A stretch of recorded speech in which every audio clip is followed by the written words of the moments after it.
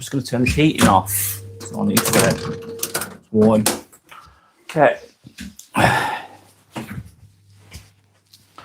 hope this is working now. Sorry if it wasn't doing so before. Sander, can you let me know if this is working or not, please? Thank you. So I'm just warming up now, guys. I've had to do this again. Take two, let's say.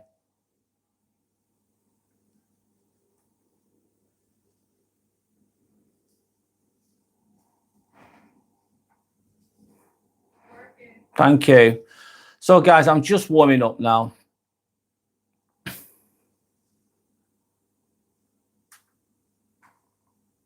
So I'm going to be talking about, is negative thinking draining you? And I think we do it consciously and unconsciously through the week, through the day. And we're all going to do it. It's natural to do it. But being realistic, it is limiting that, because it really, really, really sucks all your life out of your energy. I think it sucks the life out of you, basically, in my opinion. And to become a bit more higher conscious person, and to let things bother you less. Mastering this is not an easy task. It's a simple task, but it's a simple logic to it. However, actually achieving it is another matter. I'm going to talk about that today. I'm just typing something in here first, and then I'm going to start, guys. I'm sorry. I don't know. Basically, the other video that I just done, the live, it wasn't working, so I've started again.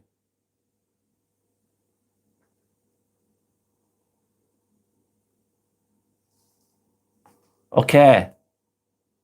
It's working now, Brad. Thanks, Sander. Thank you. Thanks for telling me. I'd have carried on speaking. I wouldn't have been aware of what was going on. So I'm going to do my best, man. That's all I can do. Things don't always go perfectly, do they? They really bloody don't. You've got to make the best of things, I suppose. So my name's Brad. This is the Inspirational Ambivert channel. This is the Let's Get Inspired live vlog. This is episode 85. Today is Sunday, the 8th of February. It's probably around 10:15 in the morning, approximately, in the UK. Today's title is Why holding on to negativity is draining you. So why holding on to negativity is draining you. So I'm going to be referring to my notes a little bit, but I'm going to be adding my own thoughts and reflections onto this. So today I wanted to talk to you about negativity, not just the think positive stuff. Thinking positive has got its place in the world. Of course it bloody does. Positive affirmations are a good little pick-me-up, but they're not the answer to everything. But this is what we're talking about today, is the kind that creeps in from people. So it's when you're at work, the conversations that you have at work, the interactions that you have at work, they're not all going to be nice.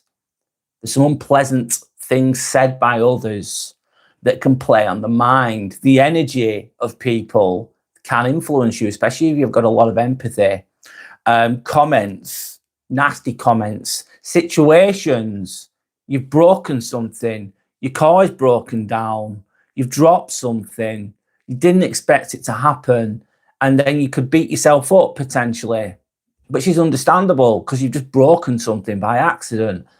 And it's limiting that negativity, the energy that you're going to apply to that. It's okay to be annoyed. It's okay to fucking get pissed off. It's okay. That's normal. But you don't want to stay there for too long. That is just going to suck all your fucking energy. And that's what I'm talking about today. Of course, I'll read all the comments as well. And I'm learning this myself, learning how to let go without losing myself in the process. So if you've been feeling heavy recently or mentally drained recently, then this one's for you. So anyway, I'll read the comments that I've got. So Sander's saying it's working now, Brad. Thanks, Sander, for telling me. I appreciate that. Let me know if this thing's working. I've had issues with YouTube this morning. That's why I'm a little bit later than I anticipated. Is it frustrating? Yeah, it's frustrating. However, you keep going. I'll just move that a little bit. There we go. So This is based on a book I've been reading recently, which is called Letting Go, The Pathway of Surrender. That's what I've been reading recently. It's by David R. Hawkins. I've not read the full book yet, but it's a really good book. And it talks about the consciousness levels, 3D, 4D, 5D, and all the stages like pride, fucking anger, courage, love, etc., etc., the levels of consciousness. And it goes on about those things and how things can, the power of letting go, basically. So I'll begin. I can't see any comments at the moment. Sander, I need your help, please. I don't know if you're even there. Are the comments working is the question. I don't think that they are. Sander, are the comments working?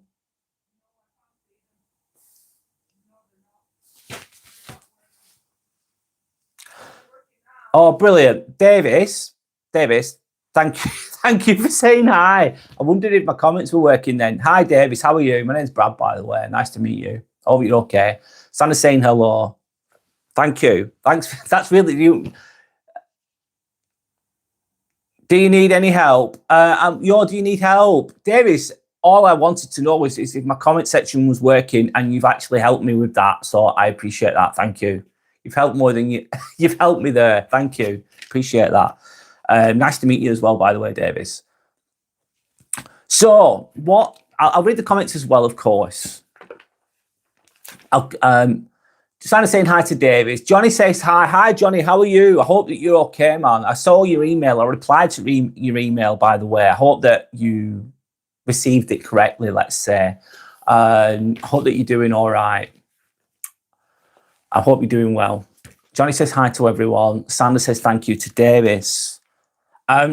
So what negativity actually is and what it isn't. Negativity isn't just thoughts, it's emotional residue. What does that mean, emotional residue? It's like so much shit happens, someone's rude to you, and then you're playing it in your mind afterwards. And then you're replaying it and you're replaying it and you're replaying it. How do I know? Because I've done it a lot of times and I'll do it again. It's a human thing to do. But the thing is, it's okay to be pissed. Someone could have been really horrible to you. They could have been really rude. And you're absolutely correct for being upset, angry, or whatever it is. However, you might not respond in the best way in real time. You might just be frozen, shocked by the rudeness. And then you go home, has anyone ever done this, thinking, oh, I should have said that, I wish I'd have done this or that. And then it just plays in your head. And then that night that you go home, this is after the event, it's been and gone, you're still thinking about it. And then you can't sleep.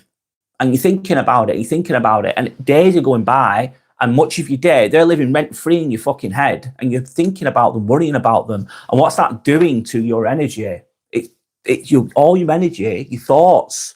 The brain power required to think, there's brain power required for that, is being wasted on a negative situation by a person you wouldn't even have as a friend. You wouldn't invite them for dinner. You wouldn't want to be anywhere near that person because they're rude. They were rude to you, but you're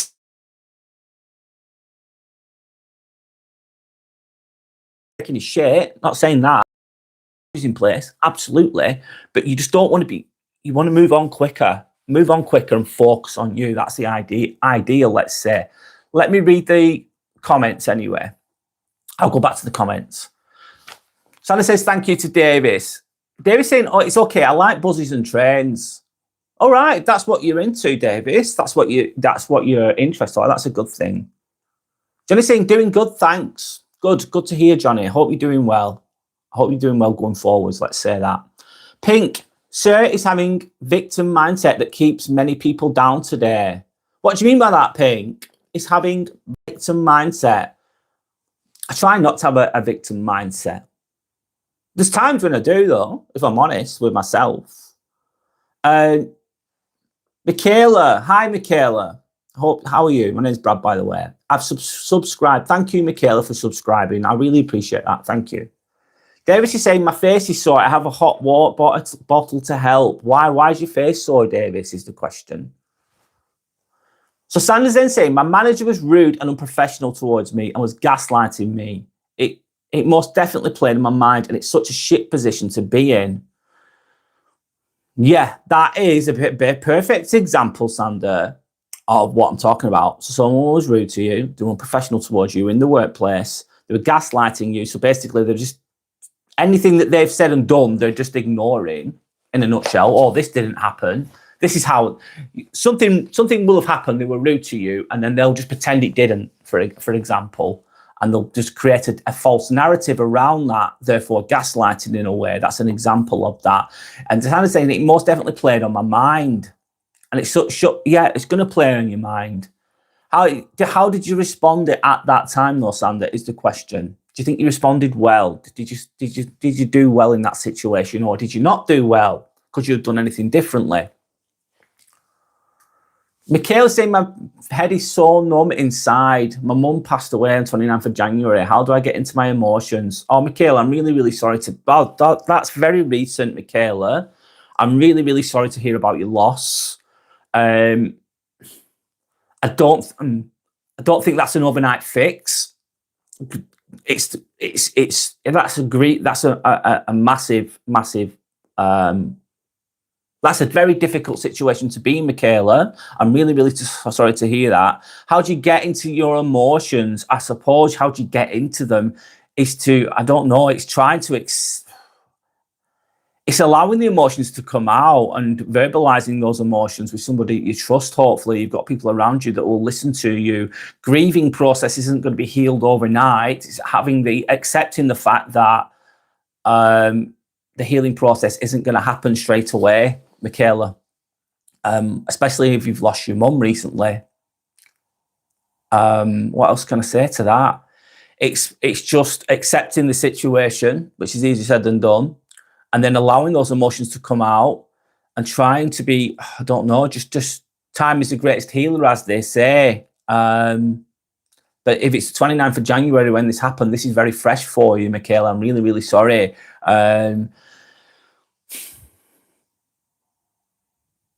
Have you got anyone around you that you can speak to, that you can trust, is the question. If you've got anyone around you that can help you, is my question to you in relation to that. David said, my face is sore. I can't. My face. Okay. I'm sorry about your face, Davis. Johnny's saying, Sander, that's emotional manipulation. Well, yeah, it is. Absolutely. Sander, Michaela saying, thank you. Thank you, Michaela, for coming on. I hope you're as well as you can be. One of the most difficult things of getting over in life is probably the loss of a parent. So I'm really, really sorry. I'm sending you love and healing. I don't know what your beliefs are, but I do believe there's another side. I believe there's another side spiritually, let's say. I don't know if that gives you hope or not, but it depends on your beliefs. I don't want to impose my beliefs onto you. Everyone's got different ones. Anyway, started saying, Brad, I think I did. I told him the way he behaves towards me, sometimes he's putting me down, basically. And I held my ground, basically, tried to explain to him how unprofessional he is. And then Sander says, yes, Johnny. Okay, Sander's saying he tried to manipulate me, but I see right through it. Well, that's great. You can see right through it. It's like you can see it in real time. That is really, really key, isn't it? If you couldn't see the manipulation, then you're at the mercy of that manipulation, aren't you, really? If you can't see, if someone's trying to manipulate you, you can't understand or see what they're doing, they're going to get you probably. They're going to manipulate you. But if you can see through it, that's great. That's such a strong position to be in.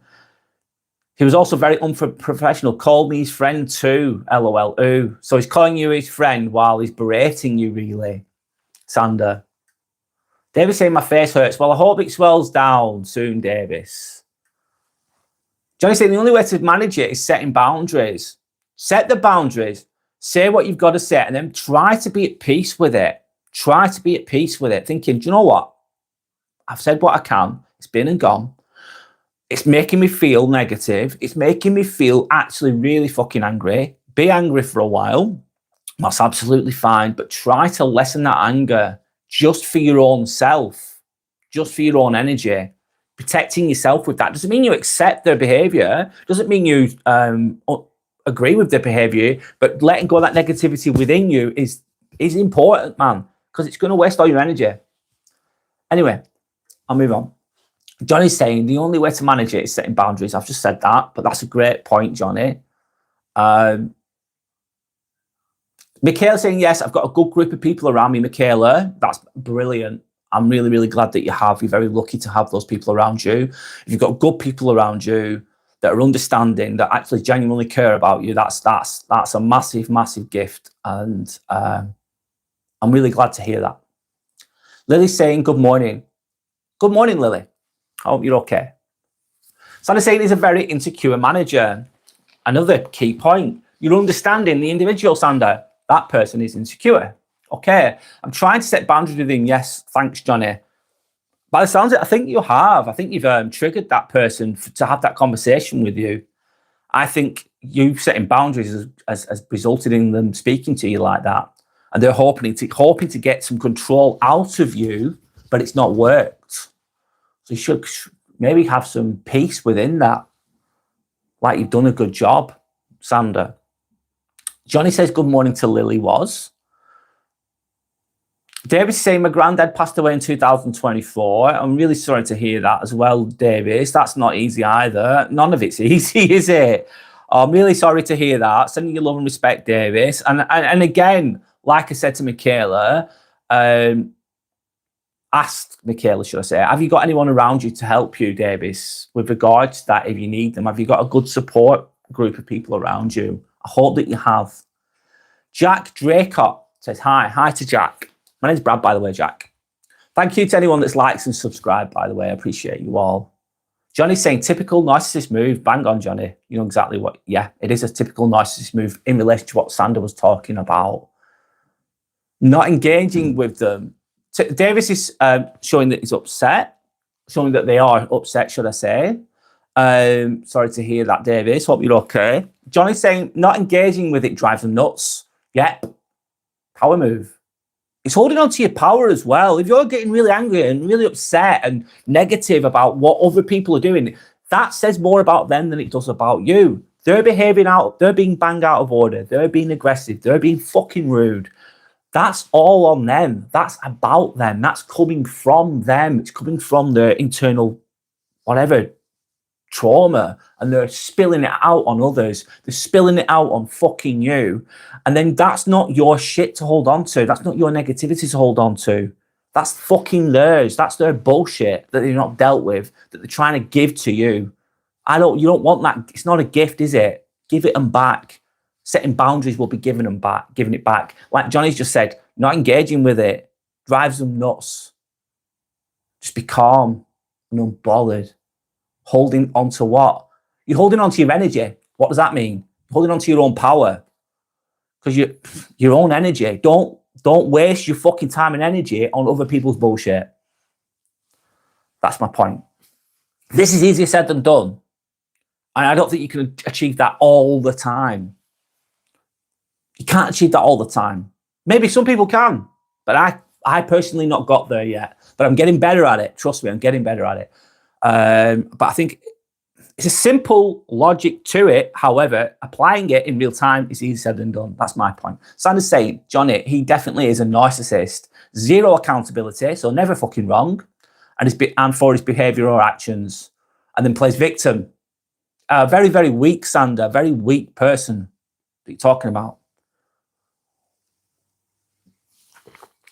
Sanders saying, Johnny, I just verbally fucked him up really bad in a professional way, and he did not like me pushing back. Yeah. Basically, what you've done has worked. You've ruffled somebody, someone who's been out of order with you. They want to get away with it. They want you to conform. They want you to allow. Basically, what that person wants, Sander, as you know, is they want you to fucking shut up, put up with their bullshit and play along, fit into the nice little box that they want to put you in. But you're not tolerating that, and that upsets them. So he's tried to drag you back into that box, and it hasn't worked. So you should feel good about that and then just move on. What you did was bang on. You pushed back. You've gone, there you go. That's your bullshit. You've reflected it back onto them. There you go. Have your bullshit back. Deal with it. And he can't deal with it, this person. So try not to be angry because you've done really well. That's their bullshit, not yours. That's their bullshit, not yours. Anyway, I'll move on. Grayson Fox, are you from the UK? Yes, I am from Chorley, which is near Manchester, basically. About 30 miles away from Manchester as a point of reference. How are you doing anyway, Grayson? My name's Brad, by the way. Hope you're all right. Sanders then saying, expecting me to stay quiet and take it and say, please, sir, no, sir, 3 bags full, sir, that kind of thing. Like most others in the team do. He wanted you to fall in line under the leadership, let's say, and you've basically told him to piss off. Good for you in a professional way, which is even better. Davis is saying yes. Good. I'm glad to hear that, Davis, that you've got a support system around you. I'm really, really glad to hear that. Suggsy says yes too. Hi, Suggsy. Hope you're okay. Johnny said, I can imagine Sander seeking a private conversation usually doesn't bring anything. Exposing it publicly might help. That could be the next step, Johnny. If it continues, then you just, if someone continues to behave in a narcissistic manner towards you in a professional setting, in a work setting, and you've tried to put boundaries in place and it hasn't worked out, then the next step could be more publicly. And that could just be adding one more person into the equation, like someone higher up. And then having a little sit down and have a nice little conversation. Not that they'd enjoy that, of course. Sanders saying, I wasn't getting upset over it though. He was upset because I exposed him publicly, Johnny. Yes. That's the point that Sanders, yeah, I get what you're saying. Sorry, I've kind of misinterpreted that a little bit, I think. Thanks for sharing. Sanders saying, Johnny, he's a loser. Uses Mr. Nice Guy card, but I see right through his bullshit. Yeah, sometimes the Mr. Nice Guy isn't so nice. He plays Mr. Nice Guy, but puts people down all the time and disguises it as humour. Not nice, is it? Johnny's then saying, in a previous workplace, I had to deal with some difficult people, and the way I managed it was CCing everybody in the emails. That way they couldn't deny it. Yep, it's in writing then, Johnny, isn't it? It's in writing. Yeah, that's basically it's an evidence trail, isn't it? Basically, once you start getting it in writing. Santa's saying, Johnny, good for you. Oh, Santa's saying, Brad, I publicly fired back at him multiple times. Yep. Great. Hit home. I don't think they'll come back. I don't think that person will come back. I don't think they will. I think they've tried their best to come back, but it's not quite worked out for them. It's almost like getting punched in the face, isn't it? Really? Not punched in the face, literally, but verbally punched in the face. Like you're behaving badly to someone and then they punch you in the face.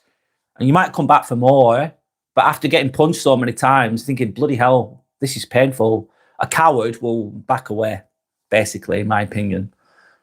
So Sanders then saying, hence he tried to gaslight me privately, make me feel like the bad guy. Yeah, didn't work though, did it? He's been extremely nice to me after he gaslighted me and tried to make me feel guilty for his own actions. Right, so sounds like you have done really, really well in that situation. Amazing. The next point is within yourself. Are you ready to let that go? Or do you want to keep playing that in your head over and over? And it's okay. There's no right or wrong answer because that's your choice. If you still need to play that through in your head, that's fine. There's a point though where it's just, my point for today is that is a shit situation. You've dealt with the best you can, and it's easier said than done, but it's moving on from it. Not being as angry at it, or just lessening the anger. It's like I'm frustrated instead of angry, kind of thinking. Anyway, sorry, I'll move on. Sandy saying I tried, Brad. LOL. One moment, let me just sip this coffee. Or down this coffee, should I say? But I'm not ready yet, but I will get there. Of course. You will get there. Anyway, I'll keep going. So, negativity isn't just thoughts, it's emotional residue. So it's other people's moods. Someone walked into the room, they're angry, they're in a bad mood. That energy you could feel their energy. Someone's disrespect, like Sandra's been talking about, someone's been disrespectful to her. She set boundaries. someone else's passive aggression, someone else's pressure. Holding on to it doesn't make you stronger. Holding on to all that internal negativity and anger for too long does not make you strong. It's going to weaken you eventually. It makes you tired because it's a lot of energy. A lot of energy. Anger's an energy, isn't it? Holding on to it is an energy. Your precious energy, your precious internal power is seeping out of you while you're in that negative state. And it's just trying to limit that. Letting go doesn't mean to pretend that it didn't happen. Doesn't mean that you're being soft or weak. It doesn't mean that you agree with what's happened, the bad situation, let's say. And it doesn't make you feel like you pretend it didn't happen. It did happen. That person was out of order. That person was disrespectful. That person has pissed me off, for example. That person is not a good person. Their behaviour is not good. Doesn't mean that it didn't happen, but you don't want to hold on to that negativity for too long. You might set your boundaries. You keep your fucking distance. They're not coming to your house to have dinner. They're not your friend. They're just an arsehole that's been rude to you. You've dealt with it the best you can. Just got to let it go. Let that fucking shit go and then fucking focus on being at peace within yourself and you'll feel a lot fucking better. Easier said than done. I get it. You don't heal by denying how something made you feel.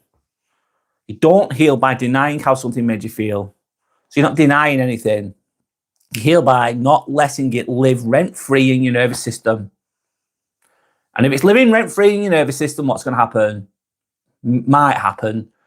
You're going to be stressed out. You're going to be angry. The rest of your day is going to be shit because you're thinking about the situation that pissed you off. You might not get a good night's sleep. It can cause stress. It can make you feel, it can make you ill potentially. If you hold on to negativity too much for too long, it can just raise your cortisol levels, which increases inflammation in the body. And if you're holding on to negativity too much for too long, it's just not going to be a good life, a happy life. Because most of the time you're just playing things. Some people just play scenarios. We all do it. Play scenarios in their head over and over and over and over again, and it's negativity, and it's holding on to it, and it's just hell in your head. No, don't want to go there. Have I been there? Yeah, I've been there. Will I go there again? Yes, I will. I'm just trying to limit it the best I can. I'm going to read the comments, guys. One moment. Comments, should I say. Johnny's saying, I do have a self-confidence, high self-confidence, and usually that type of behavior doesn't affect me so much. Well said. That it's less, it's going to let, if you love yourself and you know who you are, Johnny, like you're saying, and you have a high confidence of yourself, like true confidence of yourself, it's not going to hurt you as much, no. It's not going to bother you as much. If you accept the way you are, you're going to be less influenced by the behavior of others potentially. Yes, absolutely. It's like armoring away confidence away from the negativity. Yes. Davis is saying my buzz is in 23 minutes. Okay, I hope it comes on time for you, Davis. Where are you going to, Davis, is the question. Santa's saying, Brad, I noticed it's usually all older, unevolved men I have issues with, LOL. They seem to not like a confident, opinionated woman. Yeah. Unevolved men I have issues with. Yeah, because they expect you to be a certain way. They'll expect you to behave in a certain way, and they don't like seeing an opinionated woman. Yeah, some people are triggered by that, Sandy. Yes, some insecure people are triggered by that. Sandra's then saying, Johnny, I believe I have self-respect and confidence. Therefore, I won't tolerate being constantly put down in front of the entire team. You fuck around and you find out, basically. Well, yeah, you've shown confidence by sticking up for yourself, Sandra, by not taking any shit. And you've done it in a very thoughtful, professional, calm manner. You've done it. You've won. You've won. You've won that situation. I know that's where I'd see that. You've won. Be at peace with that. I've done it. I've achieved it. Now, don't let it live rent-free in your fucking head. Move on. You've done, what else could you have done? Could you have done any better? Maybe you could have said this, that, the other, but you didn't in the time. But you've moved on. Move on and see what happens next. Easy said than done. If you're not ready to move on, though, you can stay there if you want. That's your choice. If you want to stay there in your head, that's your choice, of course. Anyway, I'll move on. But by the sounds of it, Sandy, you've done really, really well. Who's scared? Scared? Who's scared? What's this? My name's Brad. Who's scared? My name's Brad. This is the Inspirational Ambivert channel. This is the Let's Get Inspired live vlog. I talk about a variety of things: self-improvement, moving on with your life, dealing with challenging behaviour, dealing with negative thinking, trying to raise your consciousness levels, etc., etc. Self-improvement based, in a nutshell. That's what my channel's about. And I speak about things the best I can do in my own honest, straightforward manner, let's say. But it's a collective consciousness too. It's not just about me speaking. It's about everybody else's contributions towards that. So that's what my channel's about. Anyway, vaguely. Johnny's saying, Fafo, I like that. LOL. Johnny's saying, in a sense, it's a way of accountability. Absolutely. Sandra's saying, who's scared? It's a YouTube live, obviously, LOL. Who's scared? Saying, no way. David says, okay. Who's scared? It's a typical woman answering. All right, we're going down that road, maybe. Keep it respectful, guys. Let's keep it respectful. Davis is saying Leeds. You're from Leeds? Oh, it's not far from where I am, Davis. I was in Harrogate yesterday. I went to Harrogate. It's nice. Which is not far from Leeds, is it? It's in Yorkshire. How's life in Leeds, Davis? Sanders then saying, yeah, that's a question to you, Davis. How's life in Leeds? What's it like living there? Sanders then saying, Johnny, LOL, yes. I literally do my job. I'm a happy person. I stay away from bullshit. But if you decide to fuck around with me, you find out. You've got to in life, man. You've got to. It's difficult sometimes, isn't it? Sanders saying it's simple. Thomas Spenman is saying, good morning. Good morning to Thomas. Hope you're okay. My name's Brad. Nice to meet you, by the way. Don't think I've seen you on here before. Who's scared? Saying, so she says, she'll take your child maintenance and not let you see the kid. Who's scared? Have you had bad experiences with women? Is the conversation. Some women will do what you've just said. Who's scared? Some women do that. Some women are not nice. Some women are lovely, though, as well. Depends on what type of woman you end up with. Yeah, that's my thoughts on that. Have you had bad experiences with women? What's your relationship with like with your mum? Is a question as well. Sorry, that might be a bit of a personal question, but going down that road there. Sanders then saying, who's scared? Hi, typical woman. Explain yourself. What do you mean? Sanders asked the same question. Did you have a bad experience? Yep, that can happen. I've had bad experiences. I've had good experiences and bad experiences in my relationships within my life. I have. The bad ones, though, can lead you to the good ones. Not everyone's the same. There's good men, bad men, good women, bad women, let's say. There's good and bad on both sides. Anyway, Johnny's saying, I try to stay away from those kind of situations. Not possible, but you can minimize it. Yes, Johnny, very wise. In my experience, you'll never change the mind of a narcissist. Will you, fuck Johnny? I agree with what you're saying. But you'll never change. Narcissists are very, very unlikely to ever change. They don't accept it. But basically, if you're never accountable, you're never wrong in your own mind. Even if you are wrong, you're not wrong in your own mind. And the narcissist will tend to do that most of the time, if not all of the time. And therefore, they are not open to changing because it just won't. Can't win with that. The best way to win is just being neutral, not give them anything and walk away the best you can. It's difficult. Like, if it's family, though, of course. Sanders then said, Johnny's smart. Being confident and self-aware will keep you out of those situations mostly. Yeah. You'll see it coming. They can't really manipulate you when you know yourself as well, Johnny. When you know yourself, they can't really manipulate you, especially if you see them. One, if you see them coming, you've dealt with these types of situations before, you love yourself, you've got self-confidence in yourself. They can't really manipulate you. They can't really do it. They're not going to touch you. If they don't know, you're not going to fucking touch you. You can already see them coming before they've come anyway, if you're aware enough. So that blocks out a lot of the shit. Basically, they don't want to mess with you. They want someone to manipulate. If they can't manipulate you, they're going to move on to the next person. Anyway, Santa's then saying, Johnny, and you don't even want to try changing them. Just setting boundaries helps most of the times. Yeah. Johnny saying, true, narcissists prey on the weak-minded. Yes, they do. And they want you to have empathy too. They want you to have empathy. They're using you as a fuel source, basically. They want to feed on you, in a way, on your energy. Yep. Davis is saying you can get 36. The Leeds is the good football team. It's Leeds United. Yeah, they used to be a great team at one point. They're doing okay now, aren't they? It's better than they were doing, Davis. I remember they used to be in the European Cup at one point, Champions League, didn't they? That's a good few years ago, though. Early 2000s, I think. Who's scared? He's saying, most people I know have gone through it. What, through bad situations with women? Yeah, well, I have, mate. I have. Honestly, I have in the past. Oh, there's hope, though, mate. Not all women are bad, you know. Some are.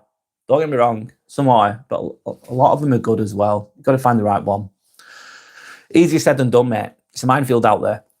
Anyway, Sandra's saying, I have no intention of changing anyone, but I can influence who has access to me and set boundaries. There you go. Should feel at peace with that, Sandra. Johnny's saying that's a good point, Sandra. Dana then says, Johnny, yes, I accept people for who they are, but if they're mean, rude, and nasty, then I have to act.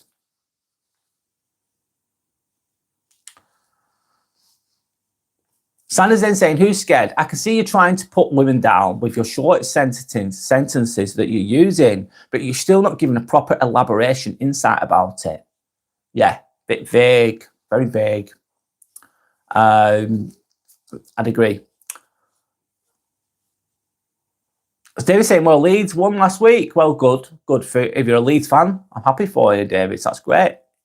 Johnny's then saying, I just try to stay away from mean people. Not always possible, but manageable. Yeah, sometimes you've got to work with people, haven't you, etc., etc.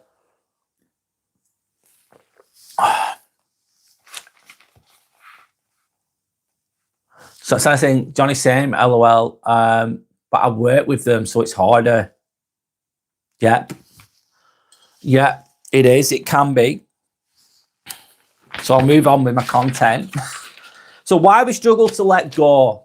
Why do we fucking struggle to let go? Let me go. Ego wants justice. Ego wants justice because they've been out of order. The ego wants this. The ego wants justice. This is not fair. This is not fair, for example, and it's not. You're absolutely correct. You could be absolutely correct. The ego wants closure. The ego wants acknowledgement. The ego wants understanding. The ego wants you to, someone's been rude to you, they've been absolutely awful. The ego wants justice, really. They wants that person to be punished. Doesn't always happen though, does it? Not straight away. It wants closure. It wants ideally the ego wants the person that's been rude to say, I'm really, really sorry, and then move on and change their behavior towards you. Again, though, if it's a narcissist, it's probably not going to happen. Ego wants acknowledgement. So someone's been really, really rude to you, and you want people to acknowledge and agree with that. The ego wants that. Have I been there? Yes. You want justice. You want them to suffer. You want them to be dealt with. You want them to pay the price. And maybe that doesn't happen straight away, but it does in the long run. The way they are affects them in the long run. Maybe not in the short term, though. Sometimes it does in the short term, but a lot of the time, not always. And Let me carry on. I'll read the comments in a moment. We replay conversations that we should have handled differently. How many people have fucking done this one? I've done this one. Like, something's happened, something rude. Let's go with rude behaviour towards you. Someone's been fucking bang out of order, but you don't expect it. We're in the workplace. You don't really know that person. And all of a sudden, they deliver a sucker punch. They deliver a sucker punch. You don't see it coming. Verbal sucker punch. And you're like shocked. You're like, they've been really rude to you. And you just don't know what to say back because you're taken aback. And then there's loads of different people in the room. So there's loads, like, your boss is in the room. There's other people in the room. And it's not, and you're at work and they've been rude to you. You didn't see it coming and you don't respond. And then you go home that day thinking, oh, I should have said this. I should have said that. Hindsight, a beautiful thing, really. But in real time, you didn't answer back. And then you're playing it back in your head and you're thinking about it over and over and over and over again. And you're beating yourself up because you didn't say the right thing. You can't sleep. And then it bothers you for a week, 2 weeks. That's that negativity within yourself. And you're just, you're pitting out your energy. You're losing all your energy by doing that. It's going out. You're just thinking about it. We are. I don't know if anyone else has done this, but I have. And it's trying to limit that. Because once the situation's gone, it's gone. If someone's been rude to you that day and it's finished. You didn't answer back. Sometimes saying nothing is the best thing you can do, though, if you don't know what to say. And then you think of a plan going forwards. If it happens again, then you're ready for the next time. Sometimes that's the best you can do in that situation. But this is what I'm talking about, why we struggle to let go. This can come from work environments, which I've said, fucking right, it can. Family, online spaces. We get people on here that are rude sometimes. They'll attack me, for example. I can deal with it. It's all good. But it could happen on here. And having empathy makes you absorb more than you realise. So if you're a really kind, genuine person, you're sensitive to other people's emotions, it can make you absorb more than you actually think. And it can affect you. Let me go back to the comments. What was I going to say then? So I had a recent situation. I work as a scrub nurse. I'll just give you an example. I did the best I could, though. I did well this time because I thought to myself, I need to be better at this. A few weeks ago, there's injustice in the workplace. There's unfairness in the workplace where I'm at. Some people are favoured more than others. Some people are playing politics and they are being, let's say, sponsored for leadership positions. Therefore, they're given responsibilities and opportunities to have those. They're giving responsibilities, some people that are at the same level as me, that will help them to become leaders. And I'm not getting that. So I felt as though there's fucking injustice. It's not fair, blah, blah, blah. Poor me, coming from me a little bit there. And it really bothered me for about a week. Then I thought to myself, I need to stop this. I need to just be happy with who I am. I need to look within here. I need to follow my own fucking advice. So I've been doing that recently. And then there was a situation last week where I work as a scrub nurse. I work at the table. It was a decompression of the spine, basically. It doesn't matter what it was. But I was scrubbed at the table and I had a few people around me and they were all staring at me, people that were running. I don't know. Sorry, I'm not explaining this very well. People that were on outside of the anyway, sorry, I'm not explaining this very well. Anyway, there were people that were around me, let's say that. I was at the table. They were out the sterile field door, if you know what I mean. They passed me stuff that's sterile just to prevent infection. And some people were staring at me and I could feel their energy. And it was a bit malicious. And a couple of rude things were said to me. And it made me, and I started to get a little bit clumsy. I got through it, but I got a little bit clumsy for about 5 minutes. And usually I'm not clumsy. I caught it. I thought, I can feel their energy. I can feel their malicious energy. I could feel it. And I recognized it. And I thought, this is what's happening. And then I recentered myself. I breathed through it. And I just protected my own energy in that moment. And I thought, do you know what? I'm not going to get mad at this. I'm not going to overthink about this. I'm not going to be dragged into this fucking bullshit. That's their bullshit, not mine. And that's what I did. Anyway, I don't know if that's a great story, but it's just, It's having that mental capacity to know when you're being attacked a little bit, know when that malicious energy is there, or when someone's been a little bit rude to you, and then not holding on to it for too long, letting it go, just to protect yourself. Doesn't mean you tolerate the bullshit. It means just protecting yourself. That's my point. Have I mastered this? No, I have not. Am I getting better? Yeah. Is it a lifelong thing that needs to be applied? I'd say yes. Therefore, raising my vibrational, raising my consciousness levels a little bit. Raising my consciousness levels a bit. And there's a story that's related to this. I'll go to the comments in a moment, guys. Sorry, I'm on a little rant here. There's I've seen something on YouTube. Anyway, it said basically it's about the eagle and the crow, and the eagle's flying, and the crow starts to peck at the crow starts to peck at the eagle, but the eagle never fights back. The eagle just doesn't fight back. But the crow's pecking at it.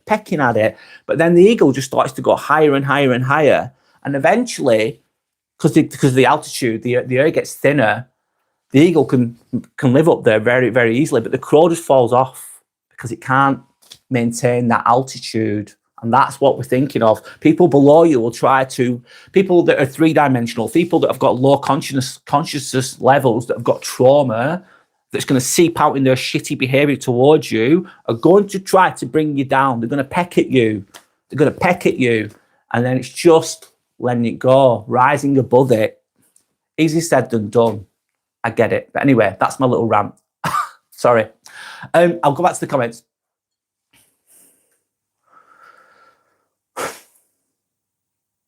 They're saying, just fucking call the police, man, not hard. What are you on about? Why would you call the police, Davis? Johnny's saying, yes, I know. If it's colleagues or family, it's hard to avoid. Yes, it is. It's harder to avoid. It's a different, but it's still, yeah, it is. Yes, of course. Sanders saying, my ego must certainly want some justice, LOL. I think justice has been served in your situation, Sander. You might not see it immediately, but I think it has. I think you've delivered that justice by the sounds of it. Shy Weed Demon. Hi, Shy Weed Demon. I think I've seen you on here before. I hope you're okay. Welcome back. Everyone has a mean and a good side. It only matters on which particle day you witness that person. Shy Weed Demon, absolutely. We've all got the potential to be really mean. We've all been mean at some point in our lives, consciously or unconsciously, Shy Weed Demon. We're not perfect. We have autonomy over what decisions we make, whether that's good or bad. We are human, Shy Weed Demon. I agree. Very wisely said, by the way. Some people are more mean than others, though, of course. Sanders saying, Johnny, I moved away from family, so that's easy to manage now, LOL. Yeah, moving away from that environment is where you can truly heal. Not everyone has the luxury of that, though, Sander, so you've done well to get that. Sanders saying, Shy Weed Demon, true, but what if they're mostly on the mean side, LOL? Well, yeah, you deal with them out the best way you can. Johnny's saying, I don't really care about justice. It never really happens. As long as I have a good life, I'm good. Maybe a bit selfish. Well, we're all a bit selfish, Johnny. We're all a bit selfish, Johnny, which is true. We're all a little bit selfish, let's be honest. What was I going to say then? It's good to not care about justice. You don't care about revenge. You just want to live your good life. The best revenge is success, Johnny, isn't it? Just being fucking happy in yourself. That's justice in itself for yourself. Very wise, by the way. Richard Crook, welcome back, Richard. How are you doing? Hope you're okay. I hate it if people take kindness for a weakness. They do. And cruel and bully. I hate if people take kindness for a weakness or cruel and bully the weak to feed their own ego. I absolutely hate that. It's not nice, Richard. It's fucking awful. God, I said something this week. Oh my God, I said something this week. And I said, I was room managing a room and I sent two people for the breaks at the same time. And then someone said to me, why have you sent the both of them together? I said, I'm just trying to be kind, you know, to the team. They like having the break together. So I've sent them together, sent them off together because that's what they wanted. And then someone said, oh, you shouldn't, why would you be kind? They said to me, you can't be kind or something like that. And I thought, oh my God, that's awful thinking. But some people think like that. Some people take your kindness for a weakness. They think they can walk all over you and they're going to cruel and trying to bully you and trying to feed their own ego. Yes, that's exactly it, Richard. There's people like that out there. I'm going to share that if I can. I'm going to pin that one. Thank you for that. Johnny's then saying, yes, Sandra, sometimes seeking some distance is the best move. Just to recalibrate, just to recenter yourself, just to find yourself being your own energy. It's a much harder to heal in a toxic environment, isn't it? If you're living under the same roof as people that are constantly around you, that are have narcissistic traits. Good luck healing through that. Is it possible? Yes, but it's a lot harder, I would say. Sandra's saying, Richard, yes. Richard's saying, best way to be at times, though, Johnny. Self-preservation, even at times, seems selfish. Yeah. Sometimes you've got to cut off the dead weight. It's holding you back. That could be a family member and the behaviour is just fucking bang out of order. But you love them anyway because of your family, for example. But they're just not big. Sometimes you've got to cut things off the best you can. Cut the dead weight off. Sounds fucking harsh. Is it self-preservation? Yeah. Sometimes you need to do that, though. That could be painful, though. Anyway, Johnny's saying, I feel that, Richard, but don't mistake kindness for a weakness. No, don't. It takes a strong person to be kind. Not everyone's going to see it that way, though, Johnny. Something I've struggled with throughout my life. But you don't want to lose your kindness, do you? You don't want to lose that, man. I don't want to lose that. I feel like I'd failed if I lose my kindness. I feel like I've let myself down if I ever lose that altogether. That happens to some people. They're really kind, really nice. They get walked all over. They get bullied, and then they become the bully to protect themselves, which stops them being bullied, for example. But then they lose their humanity, their kindness as well, potentially. Just as an example in relation to what you're talking about, guys. Anyway, Sandra's then saying, Johnny, I meant emotional justice for yourself. Okay, I refuse to go home and mull over it. If I can act on it in real time when it's happening, yeah, it makes you feel better. If you deal with the fucking bullshit, you put the boundaries in place, it can really help with moving on because you felt like I couldn't have done anything better. I've said what I had to say. I can now move on. It can help you be more at peace with it.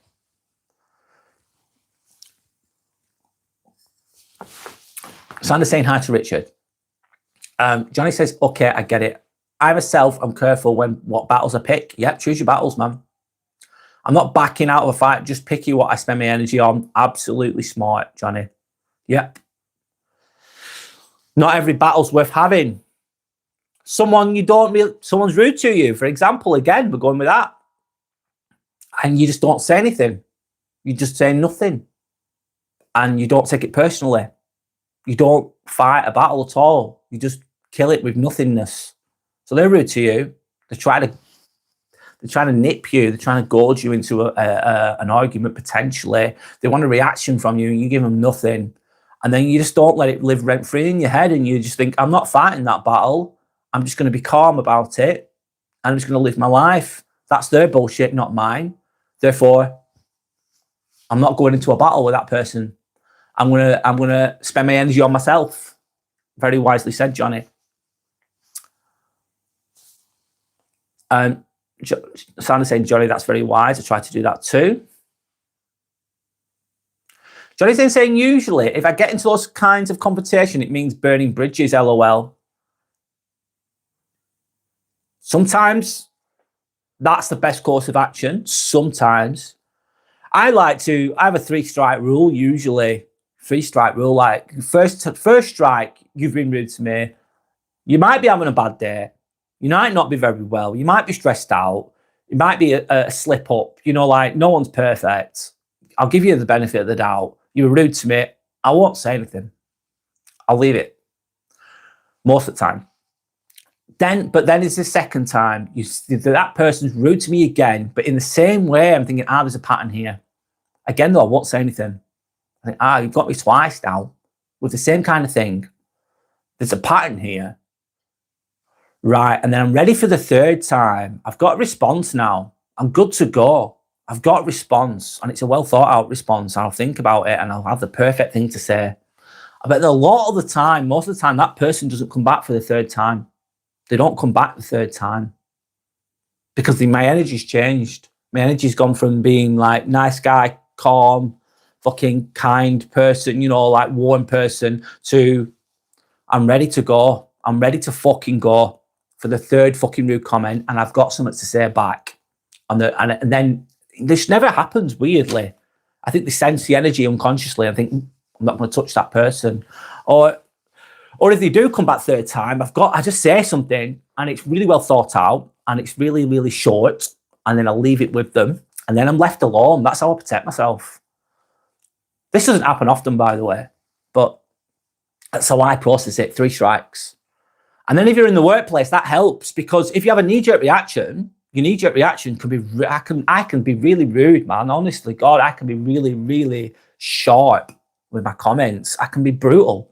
And if I have a knee-jerk reaction and don't think it through, my professionalism could go out the window within the workplace, let's say that. Anyway, I'll move on. That's my little bit there. Richard's then saying, wow, sounds like my works, it's a jobs for the boys culture. In some places, people less competent gaining traction over good, knowledgeable workers. Fuck me, Richard. Sorry. I can really resonate with that, what you've just said. Yep. It's sometimes as well within the workplace, let's say, some people are just favoured because they told the company line, they're sycophantic, meaning they're arse lickers. They play politics, they smooze in, they're charming. And if you've got a leader that's a bit insecure, they're feeding that insecure leader's ego. These people can get better traction than the good workers. Happens where I am, Richard, sometimes. But me personally, I can't do it. I'd feel like a bit ashamed if I did that, though. Me personally, Richard, I don't know about yourself. I couldn't be a sycophant. I couldn't do it. Integrity is everything, man. But some people do that and they get advantages, and it's not fair. They play politics, basically. Anyway, I'll move on. It's not saying, Johnny, LOL, never burn bridges. Depends on the bridge, though. Sometimes you've got to burn bridges. Different thoughts. Sometimes you don't want to burn bridges, of course. But if that bridge is towards a narcissist, I'll burn that bridge. If that person's never going to be accountable, they're not a nice person, they're only going to bring you problems. Sometimes burning that bridge is the best thing you could do. Maybe. Depends on your perspective and the situation. So I'm saying it's very, very common, Richard, sadly. It certainly is. It's very favoured in the world that we're in, isn't it? Hi, the quiet one, 1111. Hi, the quiet one. How are you? Hope you're okay. Good to see you again. Good to see you on here again. Hope that you're doing well. Hope your week's gone well. Sandy saying good morning to the quiet one too. So Richard's then saying, so true, Sandy. In many sectors, it happens, unfortunately. God, Richard, yeah. I think that's worldwide. A lot of the time, let's say there's a leadership position, a promotion, they want that person to just basically, they want them to conform. They want a conformist a lot of the time, Richard. They want them to implement what they want to implement. They want you to, let's say there's a leadership position for me, and then the CEO says, but all the CEO wants is someone to do their dirty work for them, and they want someone who's going to be compliant and unapologetic just to deliver their dirty work, to fulfill their policies or whatever. And they want that yes man. They want yes men, basically. I can't do that, man. I can't do that. I don't want to do that. I don't want to be that person. But some people will, therefore they get the promotion. Anyway, Johnny Sensei, not that doesn't happen all the time, but it happens a lot of the time. Johnny Sensei, Sander, it's just if I get into the confrontation, I bring points that upset them. Maybe it could be done in a more polite way, but I just bring up the facts. Oh, you're killing them with facts, Johnny. Yeah. You're laying it out on the table. There you go. That's brilliant, by the way, Johnny. And a person who doesn't take accountability will hate that, Johnny, won't they? And a decent person, Johnny, if you went, Brad, you've done this and you've done that, and I go, oh, I'm really sorry, I didn't mean to do that. I did do that. If I accept responsibility, then the bridges won't be burned, will they? The bridges will be built, won't they? Of course. But someone who's not accountable is not they're not gonna be. But they don't want to see the facts. They want to ignore the facts of what they've done. You don't want to be around those people for too long, man. Anyway, I'll move on. Sander's in saying, Johnny, left my ass off. The truth hurts the most, that's for sure. The truth can set you free, though. The truth can set you free if you allow it to. It can hurt. Fucking painful, man. Sometimes it's painful. Yeah. I felt it in the past. Thinking, oh shit, I've done that, have I? Oh my God. But once you accept it and you feel the pain of what you've done, you can move on from it and become better from it. But not a lot of people don't do this, do they? A lot of people don't achieve this. The Quiet One saying hello to Sander. Sander's asking the Quiet One, how are you? Quiet One saying pretty good. Good to hear. Johnny saying most of the time I'm an angel, but if you provoke me, then you'll get to know the demon in me. Absolutely. Yeah, I can resonate with that, Johnny. Absolutely.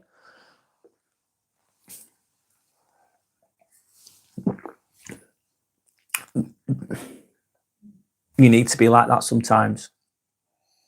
Sander's saying, great to hear the Quiet One.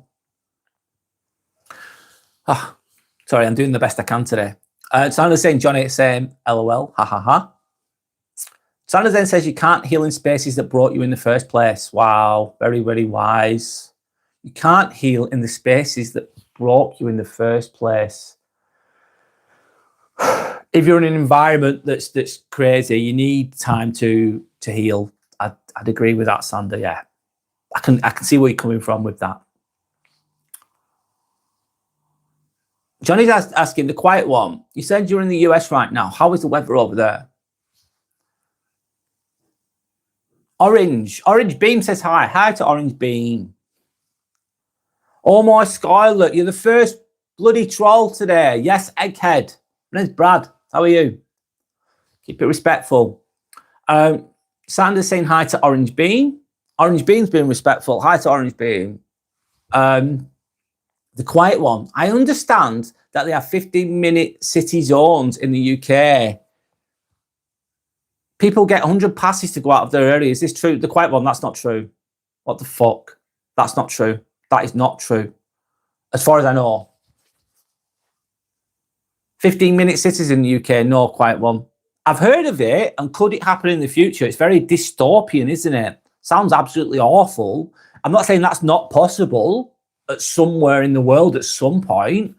And I've briefly come across what you're talking about, the Quiet One. But there's not any in the UK. No, there's not. No, there's not. That's not true. However, the concept of it could be true in the future at some point, somewhere. I'm sure they'd love to do it. I hope it never comes to that point. It's interesting, though, the Quiet One. It's very interesting, but fucking scary as well. Very more control for them, isn't it? Sanders saying, never heard of that, the Quiet One. I've lived here for 8 years. Milk Boo. Are you racist? No, I'm not racist. I think racism is just stupidity, really. I'm not racist. I just like good people. That's it.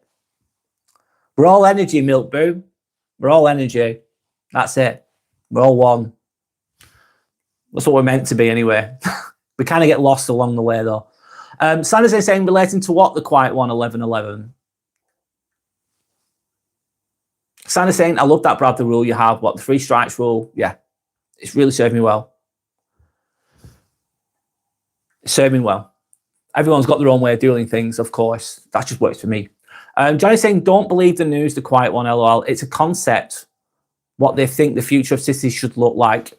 Well said, Johnny. But I think that unlikely that it ever happens. I hope so, Johnny. I hope that never happens.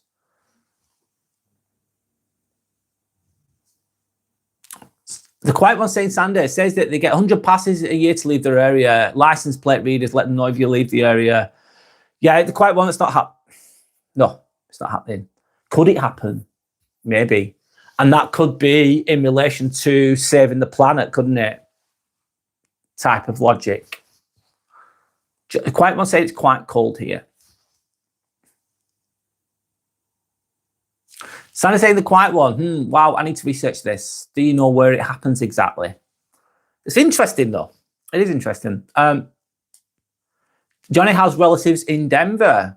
Okay, cool. That's the article. Oxford and Sheffield, it says. No. Quiet one, no. Fuck no. I've been to Oxford. That's definitely not true. Oxford's really nice. Oxford University. Nice city, by the way. Really nice place to go. If you ever want to go, it's a good place. Sheffield, it says. No, mate. Sheffield's not far from where I am. No. Is it definitely not right? Quiet one. Google Chrome said, hi, are you from Blackburn? You're very, very, very Darwin, actually, Google Chrome. I was born in Darwin. I went to school in Blackburn, which is not far from where I am, but now I live in Chorley, Google Chrome. How do you recognise the accents? Have I seen you on here before? Is the question. Wisdom is mine.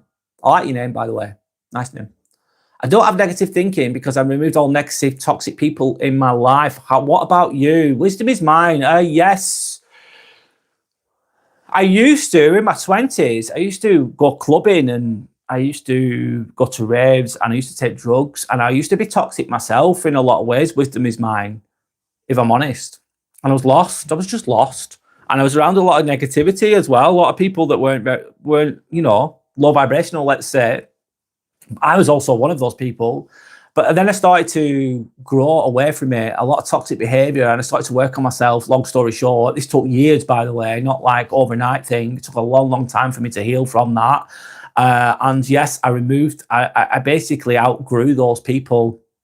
I outgrew them via reading, via working on myself, by becoming a more compass mentis person. So yes, a lot of the toxic people in my life have been removed. However, in the workplace and sometimes in other situations, I have to deal with toxic behavior. Still have to deal with it, but much less than I did, if I'm honest. So yeah, that's the answer to that. Wisdom is mine. Johnny's saying the quiet one. I don't think it'll ever happen. People don't like to be oppressed. They'll just move somewhere else. I'd like to hope that, Johnny. That's oppression, isn't it? MP Scott Morrison.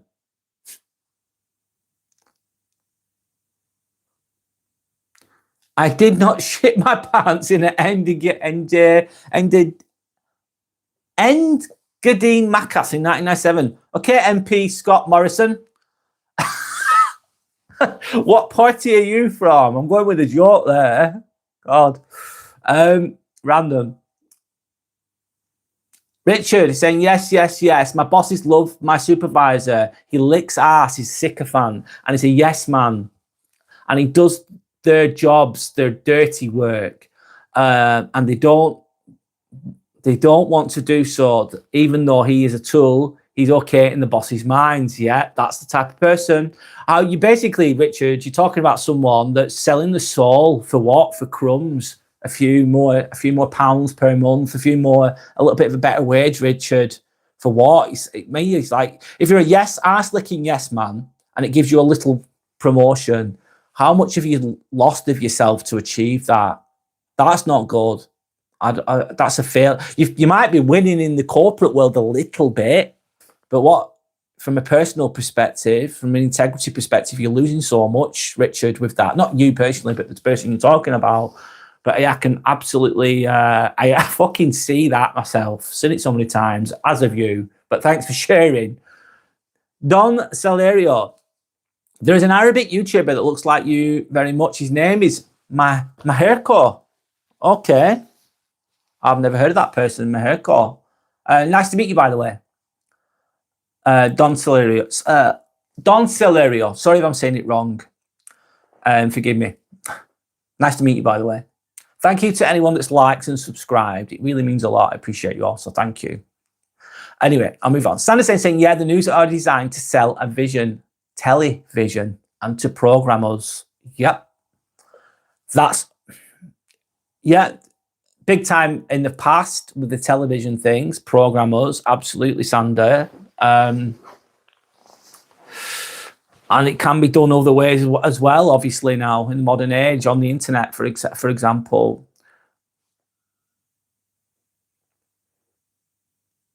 Oh, Sander's saying, Brad, I got the milk craft to work just then while making my coffee. Yeah, oh, good, Sander. Great. Well, you've ordered a new one. That's great. And that one's going to work for now. That's okay then, isn't it? It's not the end of the world. Shit happens. Things break. You move on quickly from it. That's the best way. Shit's going to happen. Not everything's going to be perfect all the time. Anyway, I'll keep going on with my content the best I can. So so you've got to catch yourself becoming edgy sometimes. When you're feeling that negativity within yourself, catch yourself being edgy. Catch yourself. Go, oh, I'm getting annoyed now. My egos are fucking annoyed now. How can I lessen this? How can I lessen this? How can I just lower it a little bit? How can I just remain more calm in this situation? And I think it's important. Anyway, so what does letting go actually look like? What's it going to look like? What's it going to feel like? Awareness. The moment I notice my energy drop, that's my cue. That's the power of awareness. If you're aware of it, and it's awareness of your own thoughts as well. Awareness of your own thoughts. It's almost like when you're putting yourself down. Do you ever put yourself down? I do. Fucking hell. You beat yourself up for making a mistake.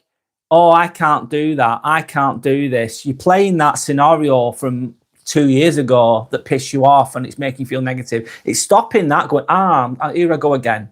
I need to be kind to myself here. I need to apply some self-love here. I don't want to go down this negative thinking road because it's just sucking on my energy. I want to focus on myself, focus on the internal, focus on being more higher consciousness levels. This is what it's all about, really. I believe that's why we're here. Mental boundaries. That's their behavior, not my identity. Someone's attacking you. They're being rude to you. They're being bang out of order. The behavior is shit. But that's not your identity. It's their behavior. It's on them. Stop mentally arguing with people that aren't present. So playing that scenario in your head, you mentally argue with them in your head. Playing that scenario again over and over and over. It's like an endless loop. They're living rent-free in your head, of course, in that situation. You try to stop arguing with people in your head. God, that sounds crazy, doesn't it? But they aren't there. They're not there anymore. The situation's gone. They're probably sleeping sound. They'll be in bed. They've been rude to you. The day's gone. The moment's gone. The situation's ended. They'll be sleeping in bed at night, not giving a flying fuck about what they've said or how it's made you feel. They don't give a shit. Let's say it's a narcissistic person. Let's say they're sleeping really well. They've been rude to you, but they're sleeping really well. And you're going home thinking about it, and it's not good playing that situation over and over again. Anyway, I'll read you've retracted your comment. That's no worries. Thane River. Nice to meet you, by the way, Thane River. Hope you're okay. My name's Brad, by the way. I'll carry on. So, a nervous system reset, silence, just silencing your own mind, calmness. It feels fucking better, man. It really, really does. Just having that silence, having that, like just switching it off, just turning it off and going, do you know what? I'm just going to have silence and calmness to the situation now. I'm not going to feel anything about this now. Letting it go. Letting it go. This is just for you, for your own boundaries, for your own, yeah, it just feels better, lighter. That's how I felt recently, a lot lighter. So I've been applying all these things, lighter, just less bothered by stuff. Bit more optimistic. Yeah, anyway, I'll read the comments. Johnny saying, I learned to focus on other let me just share your comment, Johnny. Sorry, Johnny, you've been saying loads of good comments and I've not shared any yet. Johnny's saying, I learned to focus on other things, makes it easier. Learning to focus on other things that you're doing, things that you're passionate about, projects, anything, yeah. If I feel somebody did me wrong and it pissed me off, I acknowledge it, yeah, and then try to think what I can do to get ahead. Yep. What can I do to get ahead? What can I do what's best for me? What they're doing. Seeking justification and all that kind of thing. Sometimes you just can't do that. You just got to acknowledge it, acknowledge that it's out of order, acknowledge that that's not your behavior, that's their behavior, and then work on yourself. Absolutely. That's where the magic is, man. Anyway, thanks for sharing, Johnny. Wisdom is mine saying, yes, jobs can be full of negativity. So my advice is to choose options that suit you. I only take jobs I can control, and that brings a fully positive life. Only take jobs that you can control, that feel right for you. Not every opportunity is a good one, is it? Some opportunities are traps potentially, because it might not be for you. Wisdom is mine is what I'm trying to say in relation to what you're saying. I'm just trying to. Jobs can be full of negativity, though. Wisdom is mine. They can be sometimes. Absolutely.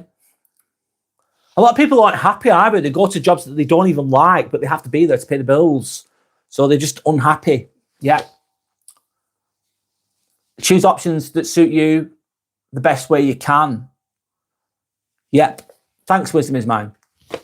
Thanks for sharing. Anyway, thank you to everyone else that's shared as well, by the way. Thank you to anyone that's liked and subscribed as well. I appreciate you all. So just sending out some appreciation there. Thank you. Johnny's saying, I asked myself the question, will this still matter in 10 years? If no, why spend time on it? A lot of the time, Johnny, will this matter in a week? A lot of the time, it's will this matter tomorrow? You're right. Will this matter in 10 years? No. Probably not.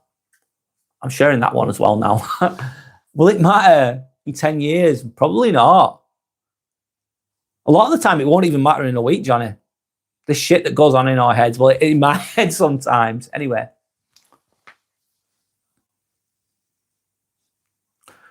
The Quiet One 1111 saying, I ran into a woman I knew when I was a teenager.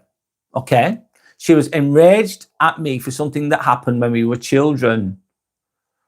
So you've done something as a child, you might have tripped her up or something. I don't know quite what. I'm guessing here, whatever. Felt terrible that she'd been bound by anger all these years. She's not let it go. She's still basically living in the past, isn't it? The Quiet One. Living in the past. This negative thinking is living in the past. Even if it happened yesterday and you're thinking about it, you're living in the past, not the present. And obviously, the power in now thinking, the present is the true gift, isn't it? The present moment is all you have. Therefore, present equals gift. Kind of thinking. But if you're thinking about the past, what's depression? Think about the past. What's anxiety? There's more to it than this, of course. It's worrying about the future.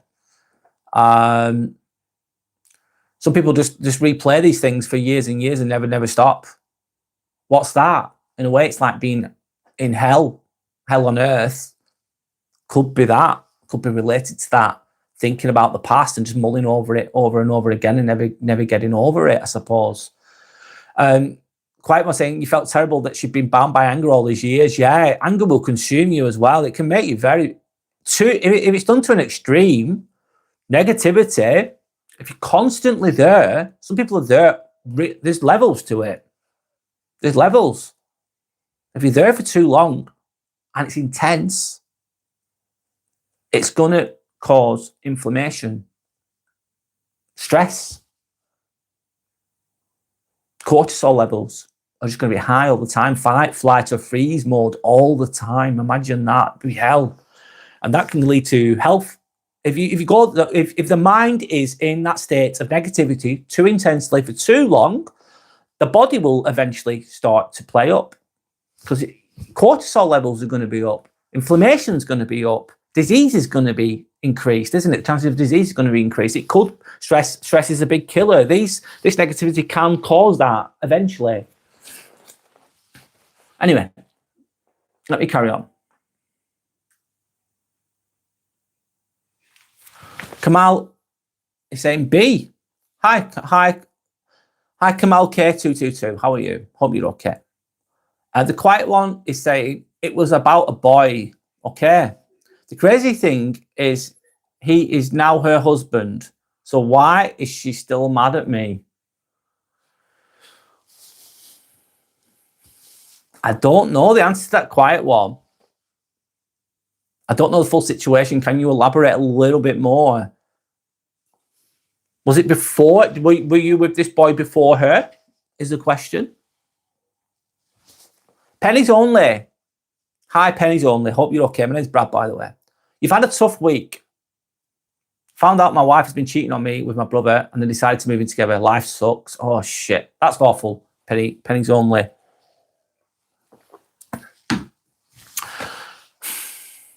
So you found out your wife's been cheating on you with your brother. That's like awful.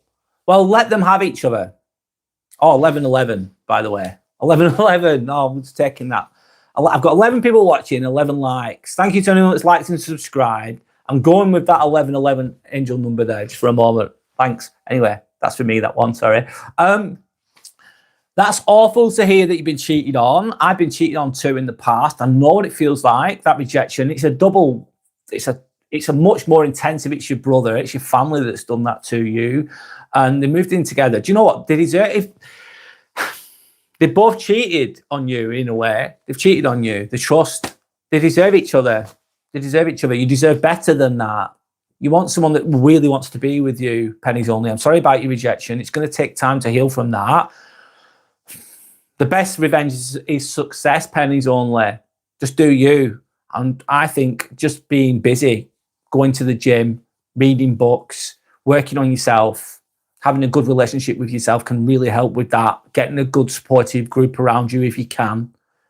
If you've got any good friends around you, go towards them and just heal from it, and just basically don't spend any time with them. Don't really spend any time on them. What they've done is disgusting if they've done that. I'm sorry to hear it, by the way. Anyway, Johnny's then saying the quiet one sounds like it's her problem, not yours. Absolutely. A genuine guy. Hi, genuine guy. How are you? I hope you're okay. Forgive me if I'm wrong. Is it you having your knee or your hip replaced? Has it happened yet? Or are you still waiting? Forgive me if I'm wrong. If I'm wrong, correct me. I'm sorry if I am, but that's what I remember about you. I hope you're okay. Good morning, sir. I hope you've been well. How's your week been? Thanks for asking. Genuine guy. My week's been quite good. I've been busy. I've worked 6 days this week in the hospital. I've got next week off, which is great.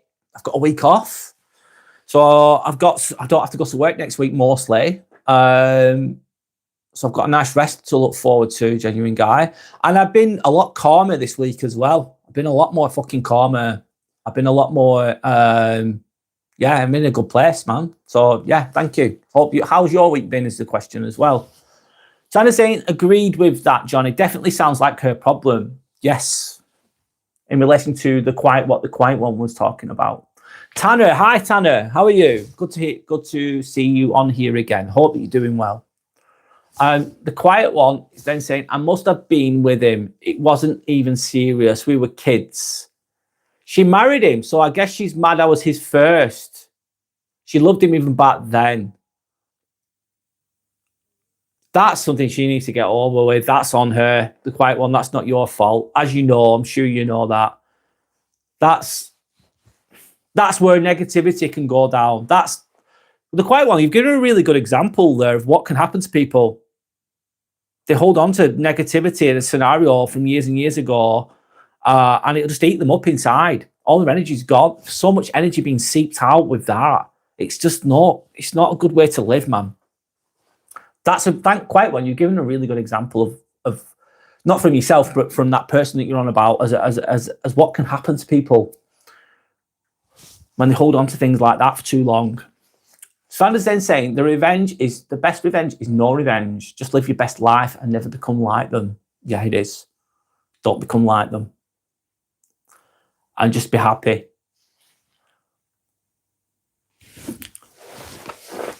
Sanders saying hi to Genuine Guy.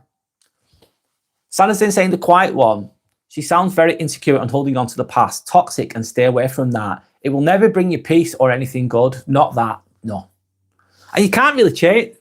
You can't give a helping hand to a closed fist. So you can't give a helping hand to a closed fist. So if they're not going to fucking listen, then what's the other saying? You can bring a horse to water, but you can't make it drink. I'll say it again. You can bring a horse to water, but you can't make it drink. You can have all the best intentions in the world. I really want to help you. I want to take you away from all this crap that you're dealing with. But they're just not going to listen, some people. They don't want to. That's okay. That's their choice, man. But you sort of think, all right, then. I'll leave you to it. And sometimes it's hard. It might be a family member. But they're not going to listen. They're not ready. You know, the best thing you can do is go, do you know what? When you're ready, I'm over here. Give me a call. If you want help, I'm here. That's the best you can do sometimes.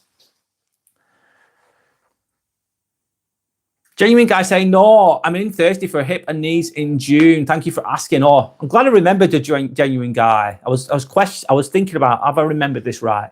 Thanks for asking. That's great to hear you back in a good place. Let's hope you remain there.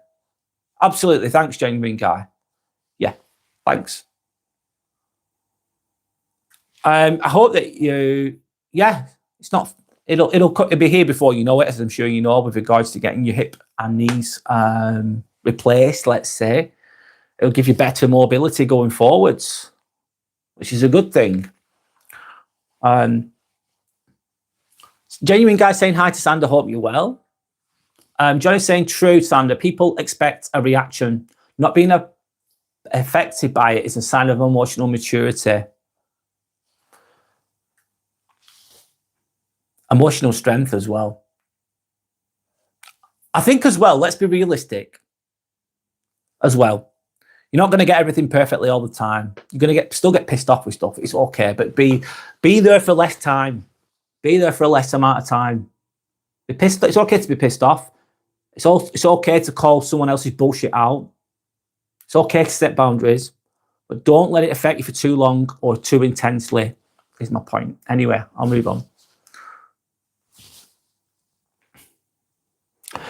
Sanders then saying, Genuine Guy, oh, if you have any questions, fire away. I'm an anaesthetic nurse. Are you getting a spinal? Spinal is when they inject the anaesthetic into the spine, isn't it? To numb your legs. You won't be able to feel your legs, basically. Therefore, not feel any pain if you're getting your hip or knee replaced. The quiet one saying she lives in another state, so I won't see her. It wasn't even serious crazy because she literally could have killed me on the spot. She was still that mad. Oh, my God. Quiet one, that's a heavy burden to carry for the person that you're on about. You've given a really good example, though. I really thank you for sharing the quiet one. It's a really good example of what holding on to negativity can do to people for too long. Sanders then saying, Johnny, very, very wise. I absolutely agree. This is amazing. And no reaction is the reaction. That's what we're working towards.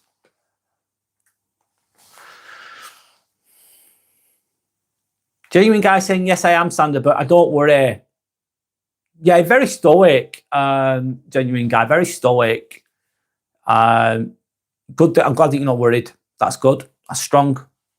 I think being in the military, he was in the military from, I've got to remember some things, weird things, man. 1984 to 2005, he was in the military. I don't know why, I just remember those numbers. A lot of things I don't remember, but I just remember that for some reason. So that military experience will give you that structure and wisdom and strength, won't it? And that resilience. Resilience is the word to be able to deal with things like that. Genuine Guy. But Genuine Guy saying, appreciate your support. Thank you so much. No worries. It's all good. Sanders saying the quiet one. Haha, she seems like she lacks emotional depth and balance. I say F her and move on. Gotta move on. Yep. Sanderson saying, genuine guy, you'll be fine. Arm yourself with patience and positivity. You truly have got this. I wish you all the best. That's very kind of you to say, Sander. So choose it. I suppose it's, let's move on. So nervous system reset, breathing through it, physical movement, keeping moving, stepping away from overstimulation, stepping away, walking away from all the bullshit in your mind, choosing peace over being right. Choosing peace. Sometimes if you've got a disagreeable person, right, they're not reasonable, they're unreasonable. If you've got an unreasonable person, what's an unreasonable person? Someone who's never fucking wrong. They're never wrong. They're never rude in their heads, even though they're rude as fuck. They talk to you like shit. They treat people like shit, but they're never wrong. They're narcissistic. They're never wrong in their own heads. You can't reason with crazy. There's no reasoning with a fucking crazy fucker. There's no reasoning with that. There's just no point. Don't offer pearls to fucking pigs, mate. Don't cast pearls amongst pigs. Your pearls of wisdom amongst a fucking pig, let's say, they're not gonna appreciate it. They're gonna just stick their nose up at it. They're just gonna be what they are, which is an unreasonable, narcissistic pain in the ass. And they're just gonna be whatever they're gonna be because they don't give a shit. Let's say that. So why you can't have a debate with that kind of person. You can't be reasonable with unreason. Reason does not apply to unreasonable, does it? It doesn't fucking apply. It doesn't work. So choosing peace over being right. So Joy, you think, why? Walk away, man. Walk away. There's no point in discussing it. Walk away, be calm. Keep your peace. Let them be right in their own heads. Sometimes you think, let them fucking, I'm going let them theory here. Let them fucking think they're right. Let them believe that they're right. Because they're not going to change their mind anyway. Let them have that bullshit. Let them have that lie. And just be at peace. I'd rather be calm than correct. Sometimes that's the best you can do. Anyway, I'll move on. Right. One moment. Sorry, guys. I'm trying to read all the comments as well. Well, I'm not trying. I'm achieving that.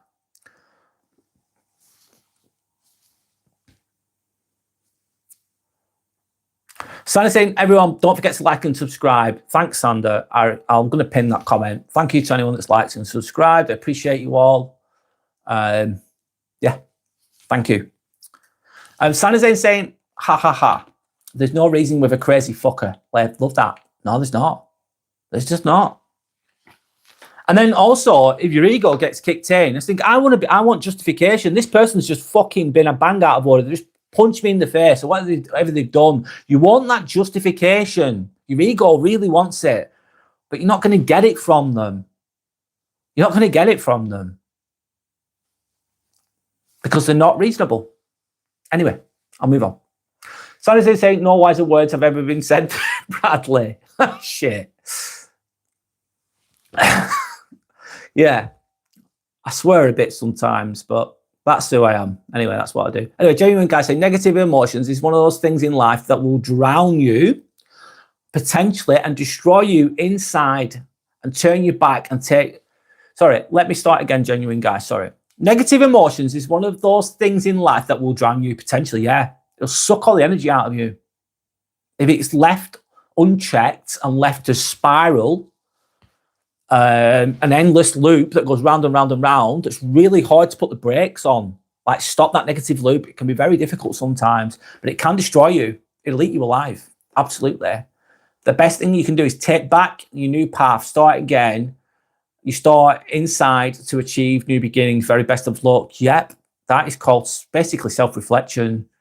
Internal. That's where everything. External, you're not going to find. Externally, you're not going to find the results that you want. It's inside. It's inside. Absolutely. Sander saying, genuine guy, that's so true. Agreed. Absolutely. Bang on. Quiet one saying, being kind to a narcissist enrages them because your behavior highlights what they are not. Yeah, it can enrage them. They try to make you the bad person in order to preserve their self-image. And also, imagine you're a genuinely good person, right? You're a fucking good person.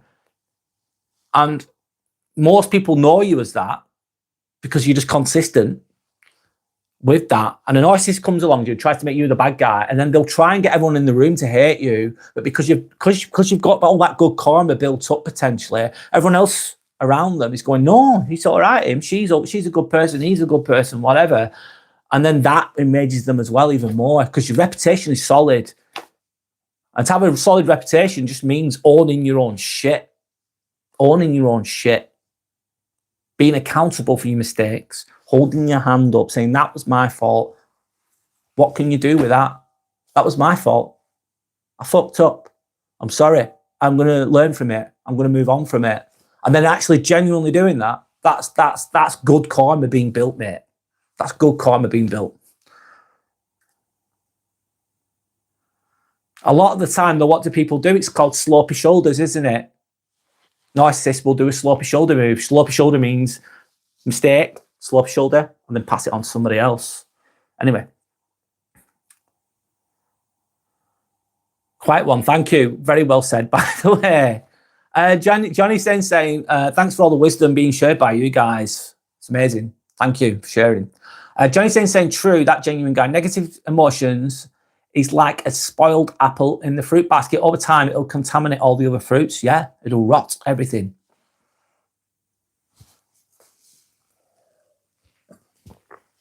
It can affect your immune system. It can affect your immune system. Negative thinking, too much of it, holding on to all that crap, all that anger, it can actually, honest to God, thoughts turn into thoughts, if left unchecked in a negative manner, can actually fucking ruin your body, man. I know time will ruin our bodies, let's be honest. Things wear and tear of life. I get it, muscles, bones, whatever. Things give eventually. It happens to us all if you live long enough.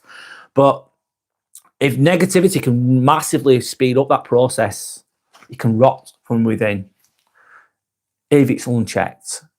That's why it's important. Anyway, Sandra saying the quiet one's so correct. And that is exactly what happens. It happened to me last week in work, but I chose not to give it any more attention. But that's it in a nutshell. Absolutely. The quiet one's saying they're so toxic. Yeah, in relation to what you're talking about before.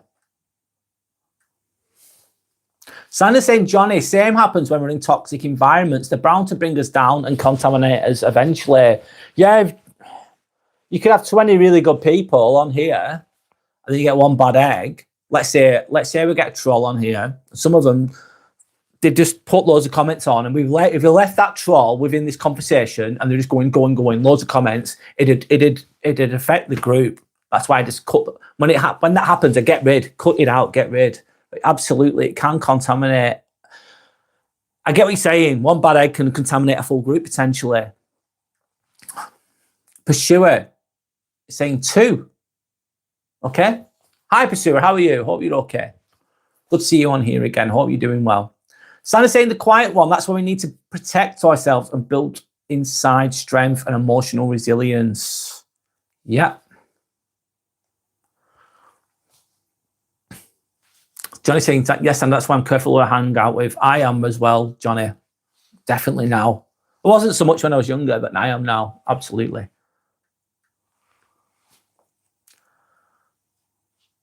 Pursuer saying, I found beer-flavoured gummies. Beer-flavoured gummies. Are they nice? Or do they have alcohol in them, is the question, Pursuer. So, Sober saying, subtitles, please. I don't know how I put subtitles on here. How do I do that? Genuine guy saying, my daughter was with narcissist. Oh, God, he was destroying her. She suffered for over a year until she told her mum, who brought it to my attention, who is no longer with her. Enough said. Let's read it again. Sometimes, genuine guy, that must be really difficult if you've got a daughter that ends up with a narcissist. That happens a lot, mate. Fucking hell. And I suppose sometimes it's just it's a shit life lesson, but it's an important life lesson. And I've been at the mercy of that in the past, not now, but I have gone through. I've been at the mercy of that in the past myself.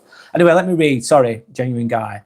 My daughter was with a narcissist, was destroying her. She suffered for over a year until she told her mum, who brought it to my attention, who is no longer with her. Enough said. So you dealt with the situation. Genuine guy by the sounds of it.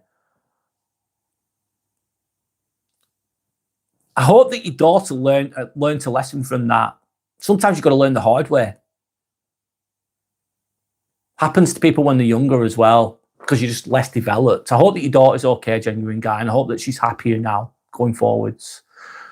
I've only got a limited amount of information there, genuine guy, so just responding the best I can. Sorry if I've missed things there. Sandra's then saying, Johnny, yes, same. I really don't have friends in the UK. I live with my best friend, though. I'm very, very fortunate. Sending love and respect. It's lovely, Sandra. For sure saying, I don't care. Okay, then. You don't care. Genuine guy is saying, Sandra, are you from the UK? Genuine guy, what did you do? Sandra's asking. For sure saying it'd be funny to get drunk off beer gummies. I don't think you could. I've never even heard of beer gummies until now.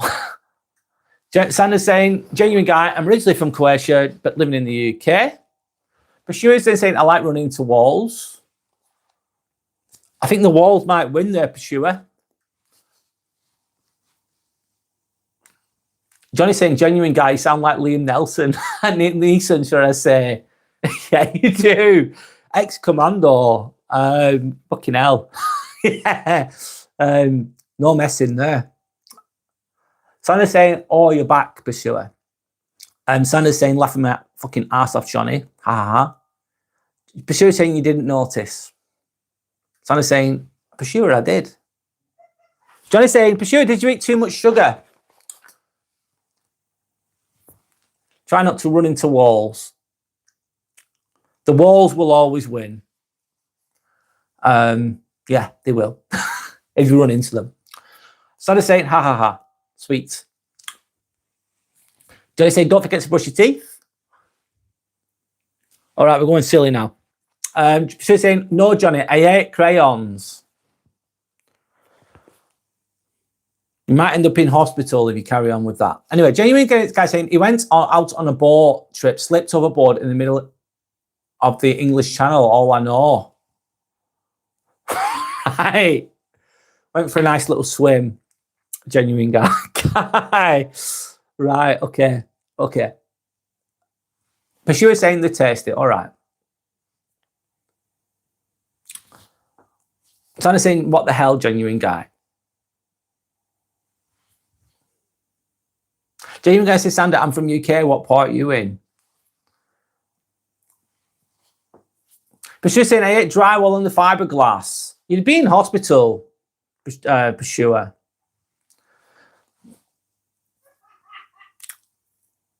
Fiberglass. You're eating fiberglass. You're not going to live very long, lad. If you're doing those things. Anyway. So, yeah. So as they say, I live close to Manchester, genuine guy. How about yourself? In Weymouth, Dorset. Nice. For sure it's being silly now. The fiberglass was like cotton candy, except it's not so tasty kind. No. It's like a form of self-harming there, for sure, in a way. Anyway, I'm going to move on. I'll read the comments as well as, of course. I'm moving on to my next part. So letting go without becoming cold. I'm referring to my notes a little bit to be open and honest. So you don't become detached from life, become selective with access. Like Johnny was saying, like others have said, selective with access, selective with who people come, what people come into life, selective with what information that others present to you that you accept. Like someone's being a fucking dick. They've said something rude to you. That's on them, mate. That's your bullshit. That says more about them than it does about you. I don't want that in my mind. I'm not going to feel guilty or bad about what they've said. I'm not even angry about what they've said. That's theirs, not fucking mine. That's not living rent-free in my head. That's what I'm saying to myself. Their bullshit is not living rent-free in my fucking head. I'm not doing it. I'm only hurting myself. So it's comparison without self-portrayal. You can then understand someone's behaviour. It's like understanding the behaviour helps. Understanding others helps. Thinking that person's insecure as fuck. They're weak. They don't take accountability. I understand what they're doing. I understand why they do it. I'm not saying it's reasonable, because it's not, but I understand them. I kind of understand what they're doing there. I understand that they have narcissistic behavior. I understand that they're never going to accept their own, they're never going to be responsible for their own actions. I understand that that's going to be them for the rest of their life, probably. I understand that they're only going to cause problems if I'm around them too much. I understand that they are unreasonable as fuck. I understand it. I get it. But I'm not going to be angry. Not going to be angry. Kind of feel a little bit of pity for them, but I'm just going to focus on me. But I'm not going to volunteer to suffer from their bullshit. Do you want to volunteer to suffer from someone else's bad behavior? Do you want to pay the price in your own mind for someone else being a dickhead? Do you want to do that? No, not doing it. Not doing it. Life's too short. Yeah, life's too short, man. I've got my own shit to do. That's what I'm thinking. I just want to feel good in myself. No, anyway.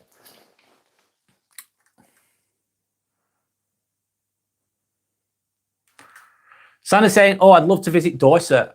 I've never been down that far. I've never been I've never been there. It's a good place to go. It's about a 6-hour drive from where I am, I think, ish. Pursuer saying, want to know fun facts about bug snacks? I don't know.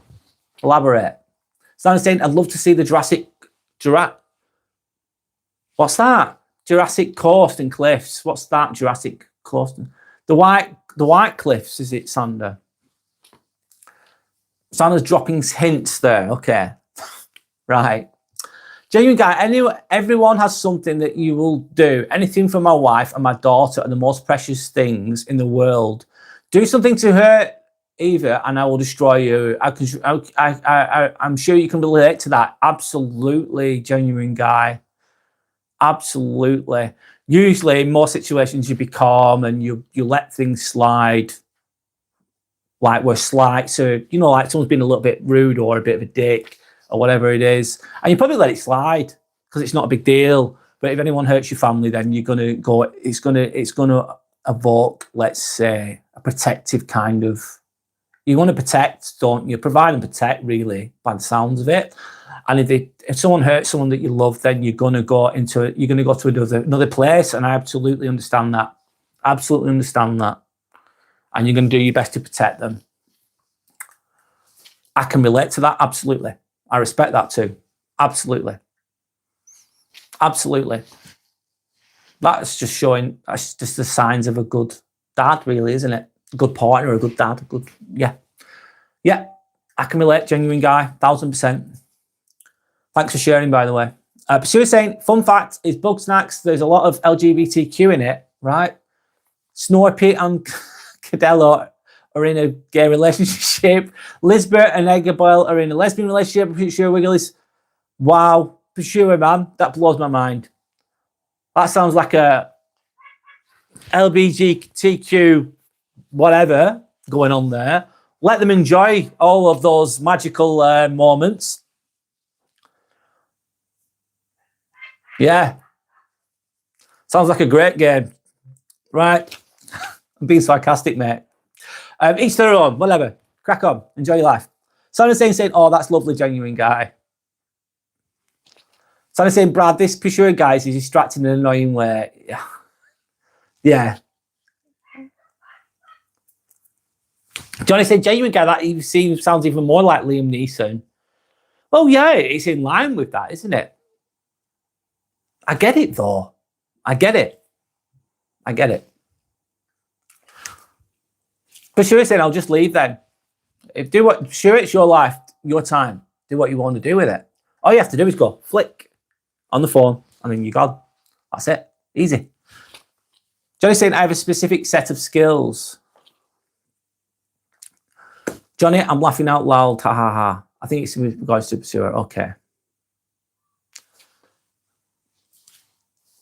Santa saying, thank God. I mean, goodbye. LOL. Pursuer said, Brad, I probably won't be coming to any more of your lives. That's absolutely fine. I'm not bothered. I do my lives. I speak openly, honestly. I try to be respectful. Try to learn from collective consciousness, Pursuer. And I don't force anyone to be I don't beg. It's okay. If you don't want to be here, you don't want to be here. It's your life. Enjoy your life.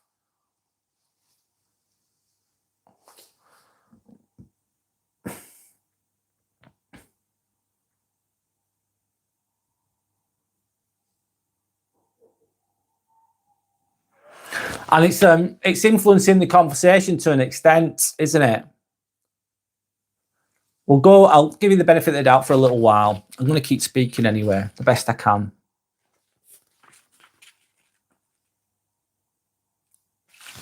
Have a little rest. I'm having a little rest, guys.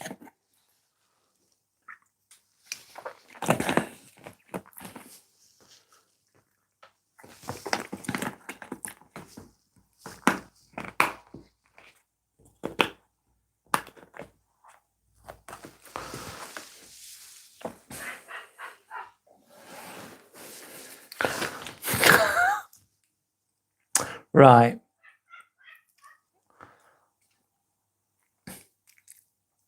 I'll read the comments. It's got silly, hasn't it? It's got silly. Sander, you do know I have a lot more things to do, right? Okay, and I'm not trying to guilt trip. Okay, Pursuer, yeah, of course. Sander says, yeah, that's the most sense you've made, Pursuer. I was just giving him a warning if Randy stopped appearing. It's fine. Pursuer, there's a ton of, Johnny says, Pursuer, there's a ton of crayons you haven't tasted yet. Go and try them all. Such a wide variety of colours of crayons. If you want to indulge in those, you can. I wouldn't advise eating those because probably having your stomach pumped will not be enjoyable. Anyway.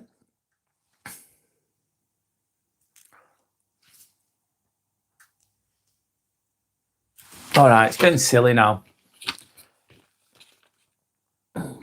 Anyway.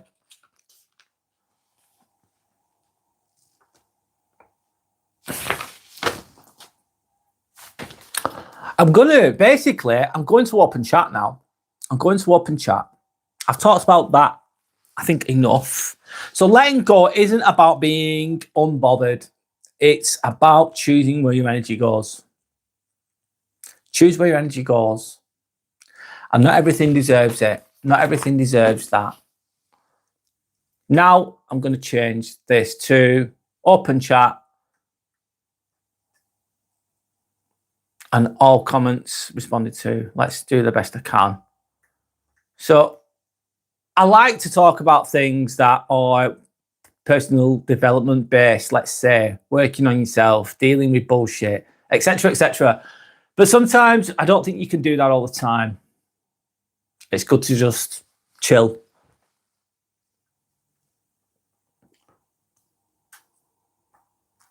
There you go. Open chat. See where that goes. So you guys, I'm just going to, so to say, sorry about that. The subtle art of not giving a fuck. Yeah, it's a book, very good book. I think there's been a documentary on that as well. I've got this as well. This is a good one. As you can see, 3 monkeys. So it is speak no evil, see no evil, hear no evil. Speak no evil, see no evil, hear no evil. I like the philosophy of that. Easy said and done. Anyway, genuine guy saying, remember your life is yours. We all have the ability to achieve things we want to. It will be hard blocked by many obstacles, yet sometimes you want to move forwards, genuine guy, but you're just at a red light and you can't fucking move, you're stuck. Or one of the wheels falling off just to get the wheel repaired. Just giving an example of that, the obstacles. But your inner skills can overcome these for you to achieve everything. Abso-fucking-lutely. Abso-fucking-lutely. And it's just basically keep showing up. Keep showing up. Keep putting the time and energy in. And sometimes you'll believe in something that not everyone else can see. They'll think, some people you'll tell like, oh, I want to do this, I want to do that, I want to achieve this. And some people have limited beliefs and they'll go, oh, that's not possible. You can never do that. You'll never achieve that. And that's their limitations, not yours. So you've got to believe and just keep turning up. Yeah, and there is a lot of obstacles. Thanks, genuine guy. Very, very true. You choose what you give a fuck about. Yeah, you do. consciously or unconsciously, you choose what you're going to give a fuck about. Are you going to give your energy to that bullshit? And so a lot of the time, like I keep saying, other people, you can't really control another person. You can try, not that that's a good thing to do, but someone who's an unreasonable fuck, you're not really going to change their minds. You're not going to get them to see the world that you see, the way that you see it as. So giving a fuck about giving a fuck about someone who's an asshole and expecting them to be a good person and hoping that they'll be a good person, even though they're never going to be, is you're giving a fuck about someone who's never going to change. So you can't control that. It's a waste of your time and energy. Back to in relation to what Johnny's just said. So Pursue's saying, another fun fact about bug snacks, because I don't care what's he yap about. So we've got some cat Fluffy, he's non-binary, and he's one younger sibling of Snorpy, who's an emotional wreck like me. God. Yeah, okay. I'm probably going to listen to this while making some of the characters from Bug Snacks. Sanders going, okay. Quite well saying, so true, Brad. Thank you, quite well. Yeah. Thanks.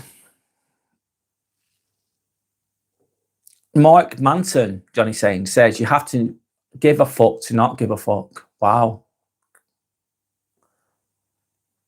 You have to give a fuck to not give a fuck. Interesting. How? Yeah, elaborate if you can.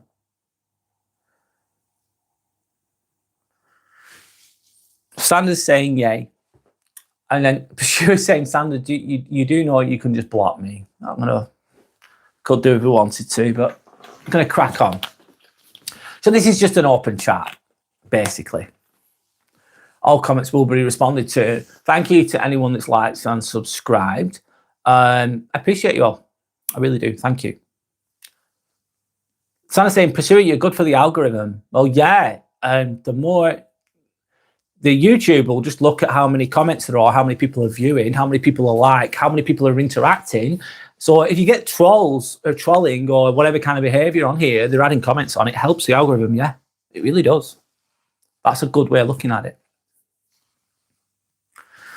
Johnny's saying you can't care about nothing. You definitely care about something. You need to choose what you care about.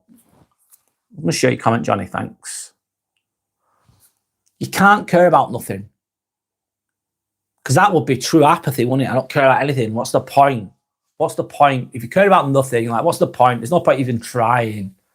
Apathetic, really like low vibrational, isn't it? Like, nothing I do is going to make any difference anyway. I don't care about anything. So that's not a good thing, not a good place to be, is it? You definitely care about something. Most people do. You choose what you need to care about. Yes. Autonomy with regards to that, Johnny. And that care then can be translated via energy, can't it, potentially? If you care about something or you're passionate about something, you're going to put your energy into that. Therefore, you could achieve great things potentially over time. Back to what Genuine Guy said, there will be obstacles. The universe can go, do you know what? I know you really, really want that thing, but I'm going to put some obstacles in place. How much do you really want that thing? You have to overcome this obstacle. Anyway, for example, Santa saying, of course, be sure. Huh? Santa saying, I like that, Johnny. For sure saying, I thought you hated me, Sander. Don't think she hates you. Johnny saying, I think it's chapter 1 of the book. Which book? Sorry, Johnny. Oh, The Art of Not Giving a Fuck. Is that what you're on about, Johnny? I think you're on about that. Santa saying, I do not hate you at all, Pursuer. Genuine Guy saying, a real friend will be there when it goes wrong to help you get up and push you through the hardest times. Yes. Stand tall with you. Remember the ones who do that. They're your true friends. And there's not many of them, is the Genuine Guy, in people's lives. So when the shit hits the fan and you're hitting rock bottom, the people that are there will be your real friends. Some people are fair weather friends, aren't they? Where they're just there for the good times. Or some people are just a friend because you're a friend with you because it benefits them. They get something out of you. You might be a very generous person, for example, and they lack money or whatever, and they get the gain from that. So they'll only be friends when things are going good. As soon as you hit rock bottom, they're nowhere to be seen. So yes, true friends are a rarity. Just hold on to those types of people. If you're lucky enough to have them, not everyone gets that genuine guy. But I agree with what you're saying. What you're saying makes perfect sense. So thanks for sharing. Sandy's saying, "Oh, the subtle art of not giving a fuck, Johnny. I need to read that." Yeah, it's a good book. It's a good point. Pursuit saying, "I thought you found me annoying." Sandy's saying, "Pursuit, you're slightly annoying and weird." Yes, Pursuit. LOL. Johnny's saying, "Right, Sander, Mike Manson is the author. He also has a YouTube channel." Right. Okay. Mike Manson. I need to check that out, Johnny. I've not. Sorry, I'm losing my train of thought. Mike Manson is the author of The Subtle Art of Not Giving a Fuck. I have read that book, but it was a long time ago. I didn't know he had a YouTube channel, the author of it. But sure, he's saying, I like being weird. It's fun. Going for the shock factor, maybe. Sandy's saying, "Lovely, thank you, Johnny." Johnny's saying, "Genuine guy, those are rare." They are. And if you've not got that in your life, which is okay, be your own best friend. Be your own best friend. I think that's important too. Be your own cheerleader, whatever. You know what I mean? You know where I'm going with that. So I'm saying, sure, there's levels to that. LOL. There is levels to that, absolutely. Sure, he's saying LOL. Please don't join ICE. Jill Valentine. Hi, Jill. How are you? My name's Brad. Nice to meet you. Can you please educate me on what ICE is, please? I've heard of it briefly. I've not looked into it much. Jill Valentine, can you please elaborate? I'm not joining ICE. I don't even know what it is. Can you elaborate on what that is? What's ICE? What is it? Why is it a bad thing or a good thing? I don't know. Please educate me on that. For sure, saying, who's ICE? I know ICE is another name for crystal meth. In America, they call crystal meth ice sometimes. Sandy's saying they're very, very rare indeed. In order to be a good friend, you need to become a good person first. Yeah, yourself. You absolutely do.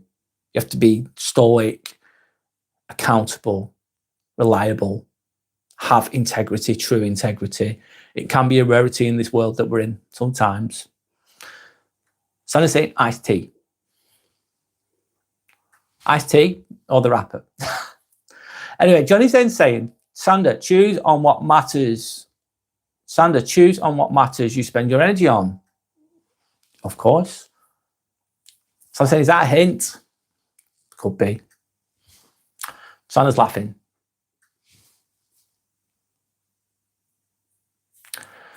Sander's saying, Johnny, I have a toxic side. Well, do you know what, Sander? That's very open-minded. That's very honest of you. We all do. We all do. I laughed at silliness and gets distracted by it. Sahil. Hi, Sahil. How are you? Hope you're okay. My name is Brad. Nice to meet you, by the way. Thank you to anyone that's liked and subscribed, by the way. I appreciate you all. Sahil says, hi, bro. Hi back to you, Sahil. Hope you're okay. Sander says hi to Sahil too. For sure, likes eating plastic. Okay. Sahil saying, hi, bro. What's your height? I am 5 foot. I think I'm 5'8", 5'9". I'm not massively tall. What's your height, Sahil? Johnny's saying, Sander, that reminds me of that song, Toxicity. I don't know which one that is. ICE is the immigration police in the US. Not sure if it was that. Thanks for elaborating, Johnny. I've come across it. Immigration police, is that what it is? How affect? I don't do politics, especially Americans. I'm just going to be 1 minute, guys. I will go back to your comments in a moment. I'll just be 1 minute. Ow.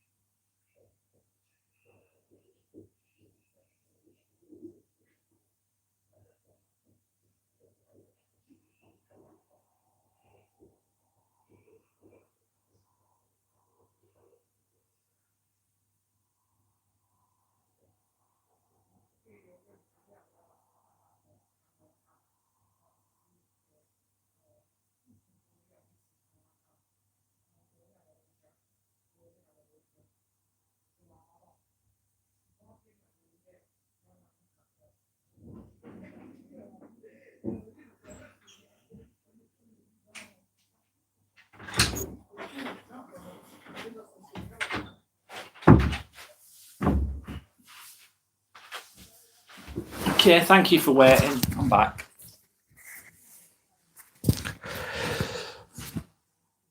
So let me read the comments again.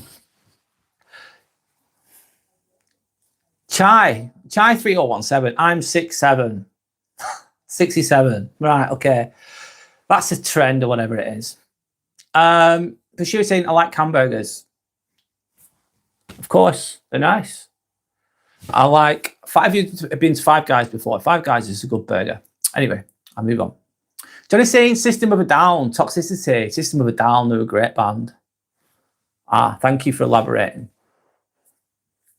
Peshua is saying, oh God, I just remembered I've got school tomorrow. You must be young, Peshua. How old are you, about 13? Sam Coyett saying, you're a big inspiration, bro. You're the reason I'm gay. Oh God. Each their own, there's nothing wrong with being gay. But I'm not that way inclined. Not for me. Each their own though, Sam. Each their own.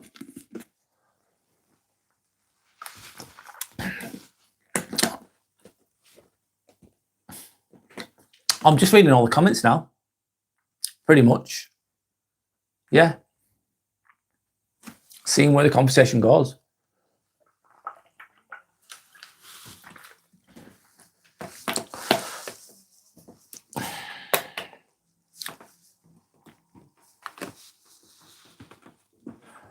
Peshua is saying, I'm so effed. Why, Peshua? Why are you? Is the question.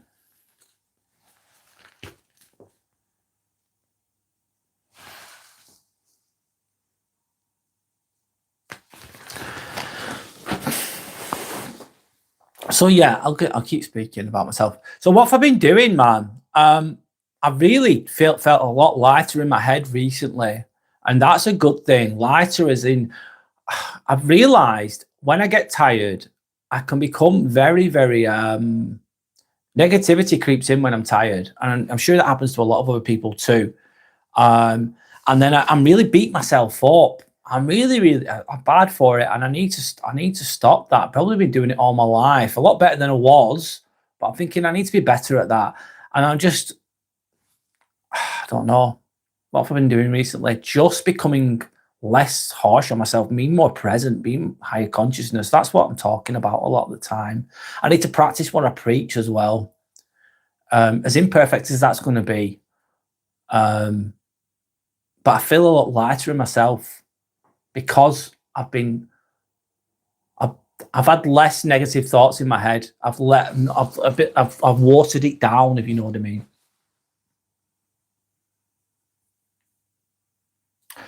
For sure saying, I've got a main mission in Bug Snacks finished. And that end scene includes some of my favourite characters possibly dying. Seem very emotionally invested in that game, for sure. Don't get too sucked into the games, mate. Games are great, don't get me wrong. But that's not your everything. There's much more to life than games. Anyway. Genuine guy, he's saying, I've done many things in life that most of you have not experienced. I can imagine, my God, I can imagine being a commando, absolutely. But I would like to ask one question that not even I can find the answer to. What is the true meaning of life, and what's it all for?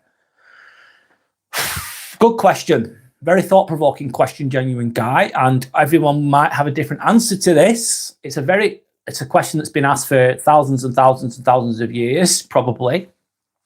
Let me think. I'm sharing your comment because I think it's really good.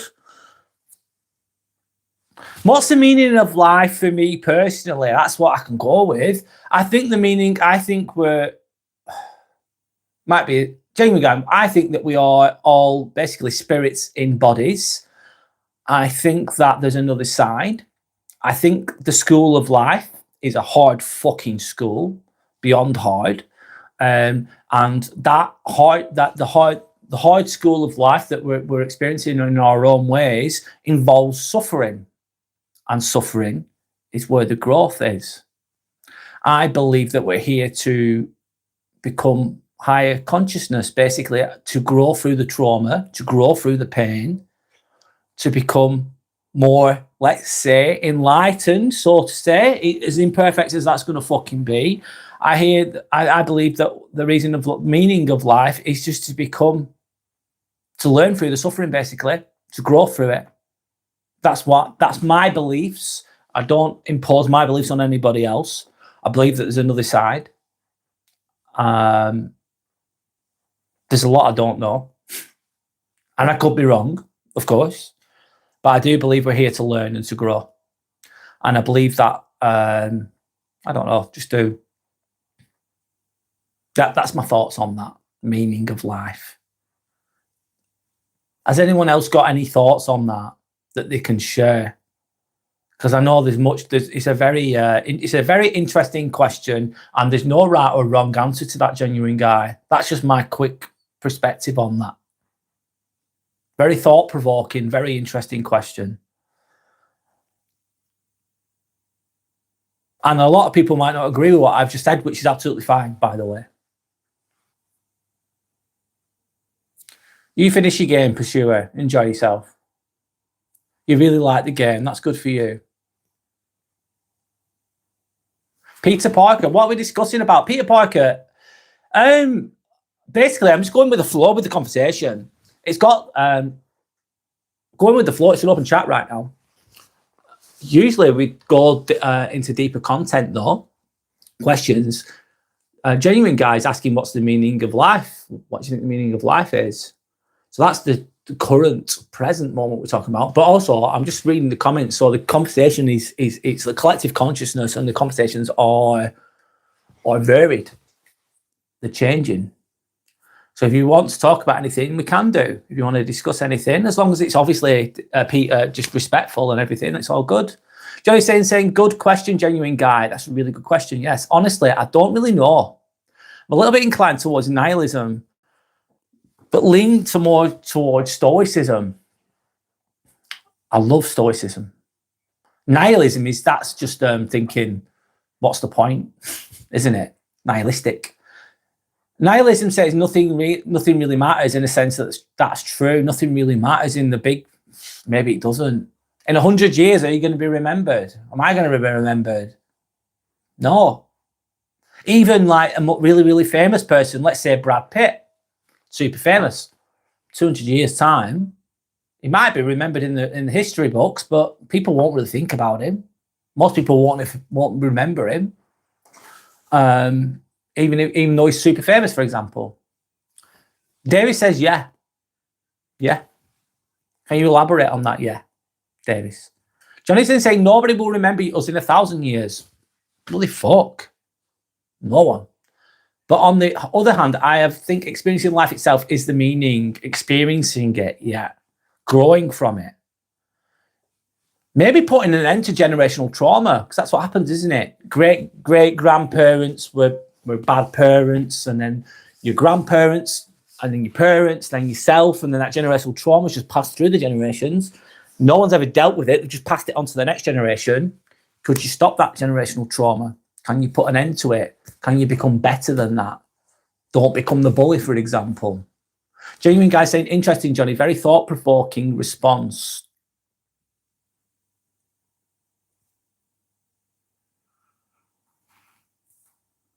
I don't know, maybe I'm going a bit deeper here as well. I believe that, I don't know why I'm here.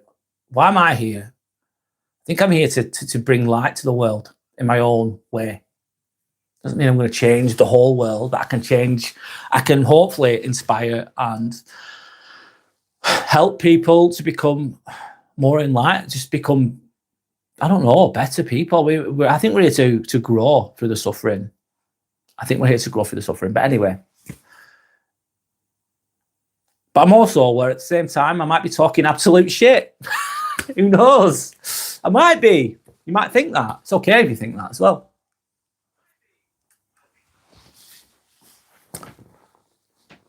The meaning of life is 42. Quite one. What do you mean by that? 42. I do not know what you mean. Please elaborate if you can. For sure, he's still sucked into the game that he's playing. I need to make Wiggle, Gramble, Flofty, Snorpy, Glandlaw, Feeblaw, Triffany. Right, you've got a lot going on there, Pursuer. Enjoy your game, mate. Enjoy your game.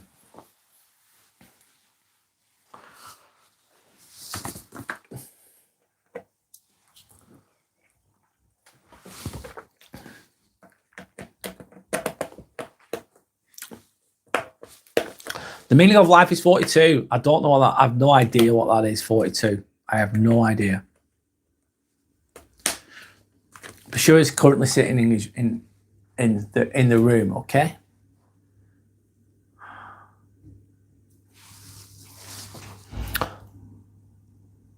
I'm trying to reflect on that question a little bit more. Trying to give it a bit more thought. Johnny's then saying, I don't remember where I got it from, but basically everyone experiences 2 deaths. I'm going to put the heating on. One moment. I'll put it back on. Heating's on.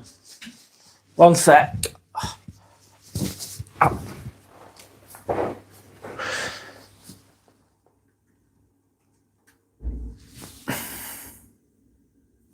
She's saying, I like 1 minute.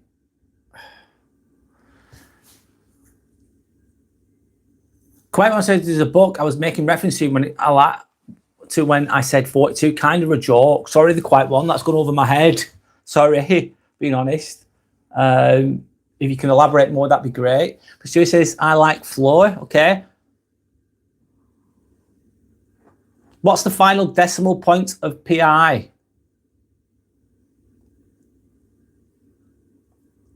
And 1 UK, I don't know. I don't know. Tell us. I don't know. So I'm saying I don't remember where I got it from, but basically everyone experiences 2 deaths. Okay, 1, the physical death when you stop breathing, and the second when your name is mentioned for the last time. Yeah. Pursuer is enjoying the floor. Okay. Johnny says the premise of the book is that we need to ask better questions. Right, the quiet one, question mark. I've read it a long time ago. No, I've not read that. I'm not aware of it.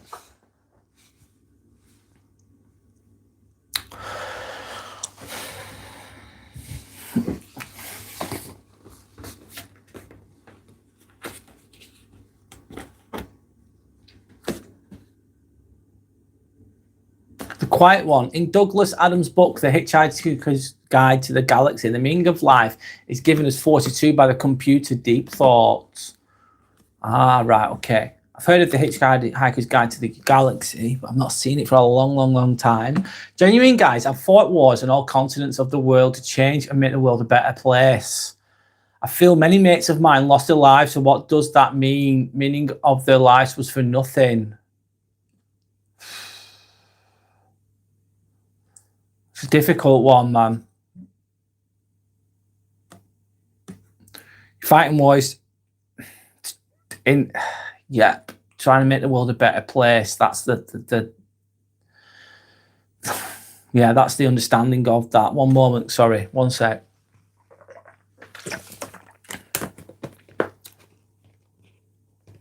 So they lost their lives for nothing. They've died fighting for something that they believe in.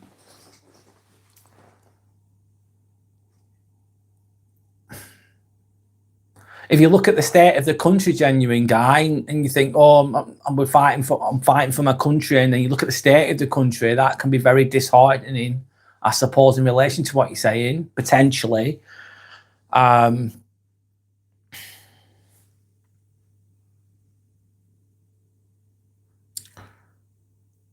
they lose their lives for nothing? I don't think so. Did they live their lives in a good way? Were they a good person? Were they doing things that they thought were the best thing that they could do?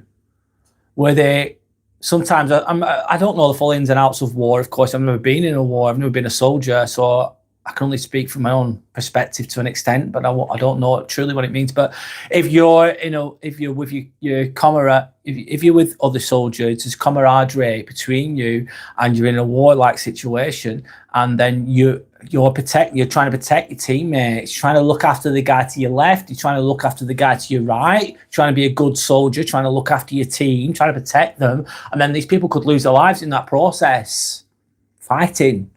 Is that not a virtuous thing to do? To try and protect your teammates, you know? So was it for nothing? Depends on which way you look at it, genuine guy. Depends which way you look at it. If you're coming from a good place, a genuine place, trying to protect your teammates, for example, you put yourself in the risk of fire, you get shot, you die. You were trying to do something virtuous at that point. So was it for nothing? I'd say no, maybe not for nothing. Depends on which way you look at it, genuine guy. And you tried to make something of yourself. You became a soldier, for example. You might have become a good soldier, a skilled one. You've actually achieved something by becoming a soldier, and you get shot. That's the end of your life. But you, at least before that, you became something. You did something. Some people do fuck all, genuine guy. They don't achieve anything. I don't know. I'm just trying to add my thoughts onto that. I don't know. What are your thoughts on that, genuine guy? What are your thoughts as well? Thank you for the very thought-provoking questions. They're very interesting. It's making me think. I don't know everything about that.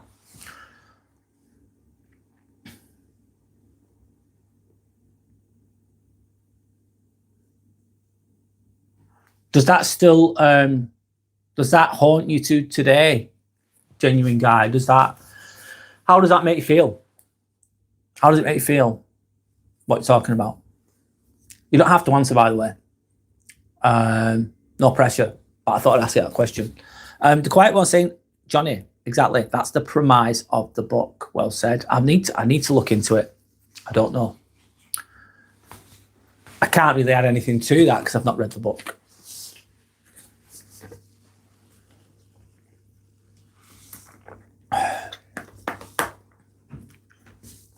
Harford 89. I'm going to read this comment. Here we go. I've been fighting next to my dog. Okay. So that if he ever gets lost, he'll be able to find his way back home. Wow. Right. So he can follow your scent, Harfers. Well, that's... I'll go with the joke there, Harfers. I'm going with the joke there, man. Very different. I've never heard that one before.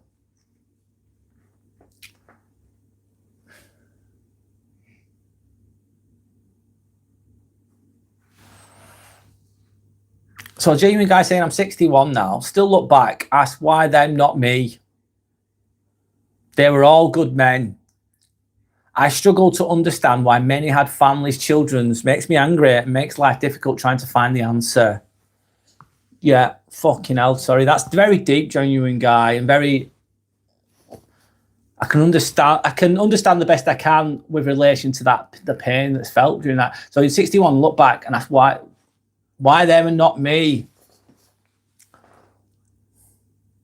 Why them and not me? I believe that everyone has the name on something, meaning something's going to get us all. And when our time's up, our time's up. That's what I believe. When we're meant to go, we're meant to go. We all go at some point. Tomorrow's not promised to anyone. It's hard to understand and comprehend.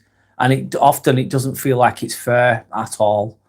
They were good men. Do you know what? If you remember them as good men, their life, then that means that their life had meaning. That's what I'd see as that. As if they were good people, good men. That's a win. I struggle to understand that many had families, children. Makes me angry. It makes life difficult trying to find the answer. I bet it does.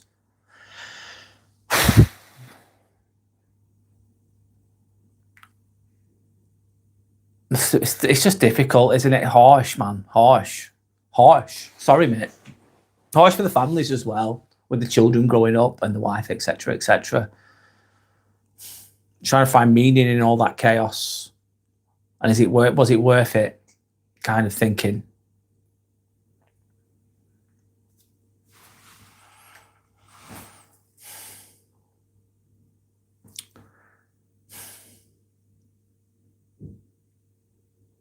I'm going quiet for a moment. I'm just thinking. Sorry.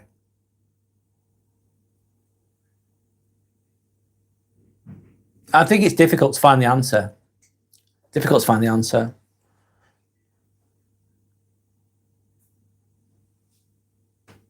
I think the best you can do, and I think you're already doing it, is just live the life the best you can. They'd probably want you to live. Those people that were good men that have been lost in action, let's say, within wars, for example, would want you to just live your life as best you can, be the best version of yourself you can. You owe it to them to do that. That's what I'd say. You don't have to agree with what I said, though, by the way. I'm not trying to force my opinions on others. But just live the. I think you're already doing that by the sounds of it. Genuine guy. Just live your life the best way you can. That therefore respects them in a way. Davidson's saying there's a riot in 2024. Her held in Leeds. People got arrested until midnight. People were being hurt. This is our fucking neighbourhood. Wow. What happened, Davis? What was the situation? Why was there a riot? Sign saying, Brad, turn the heating off, please. Right, I'll turn the heating off. Doing it now.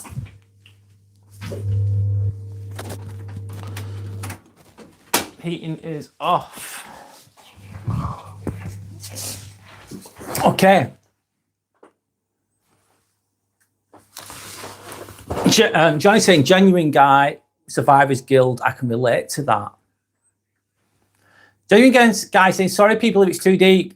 Do not apologise, genuine guy. Please don't apologise at all. It's not. What was I going to say then? That's what my channel's about, in a way. It's about deep fucking conversations, hard conversations sometimes. The hard road will take you home, kind of thinking. So don't apologize. Please do not apologise. You do not need to apologise at all. It comes to surface. I do apologise for upsetting anyone. It's not upset anybody at all. It's just very thought-provoking, which I think is a good thing. If chat was not my intention, deepest apologies. Please do not apologise. You do not need to apologise. Thank you, Johnny, for the understanding. Yeah, don't be sorry. You don't need to. No, definitely not. Thanks for sharing. That's it. No, we should be more grateful, not. You don't need to apologise. We're actually grateful that you've actually very, I don't know, like, blessed that you've shared that. Thanks for sharing. There you go. So Davis is then saying, I don't even know, they just did it for no reason. What, rioting? Yeah, sometimes people just want an excuse to kick off, don't they? Changing topic a bit there, but yeah. Some people riot. They just jump on a cause so they can smash things up because that's what they want to do that. They were saying, I just crashed. What do you mean by I just crashed? Don't understand what you're on about there, Davis. I just crashed. What do you mean?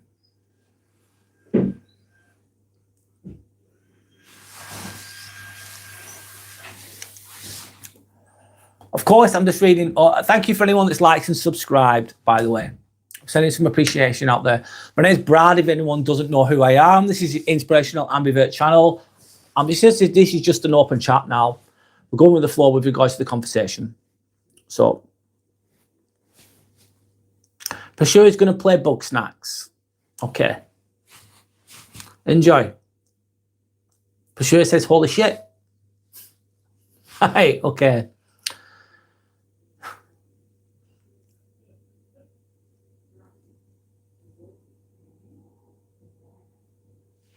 Sean Twed. Sean said, you removed my comment. Fucking beaters. Sean Twed, I didn't remove your comment at all. Using the power of suggestion there. And that's the first comment that you've mentioned. Fucking beaters. What are you, an alpha then? I can't read that. Nice hair. Thank you. It's really long, isn't it, my hair? Thank you. Genuine guy says, huge thank you to Brad for his understanding, taking the time to read my messages and give honest and thoughtful responses. Thank you. No worries, genuine guy. Thanks for sharing. I try my best to give as much thought as I can to each response as I can. I don't have all the answers though, mate. I wish I did, but I don't. But I do the best I can. I appreciate you being on here. So thanks. No worries. Respect back to you. Pashua is on about his game, finding a colour, perfect colour for this character, lofty or whatever, yippee, okay. Matthew says, hello, new to the channel from Derby in the UK. Matthew, you're not far from where I am, from Chorley. My name's Brad. This is the Inspirational Ambivert channel. This is a Let's Get Inspired live vlog. Yeah, you're more than welcome here. And most of the time I talk about like being, working on yourself, learning from the suffering in life, self-improvement, raising your consciousness levels, etc., etc. That's what I usually talk about, Matthew. But now I'm just doing an open chat. So basically, I'm reading all the comments. But you're more than welcome on here. Davis is walking to work. What do you do, Davis, as a job? If you don't mind me asking. For sure, saying, you know what? You're hilarious. I'm going to listen to this while playing Bug Snacks. Okay? Cool. Enjoy. Thanks for sure for watching. It's all good.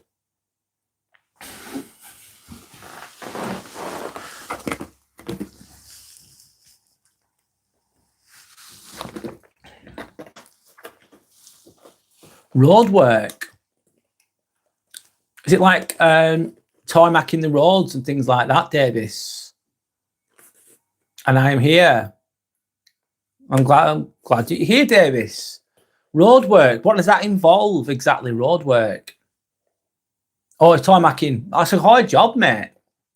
A good job. Does it pay well? Do you do nights as well? Do you work on the motorways? It's important work. Without, let's say, most of those types of jobs like bin men,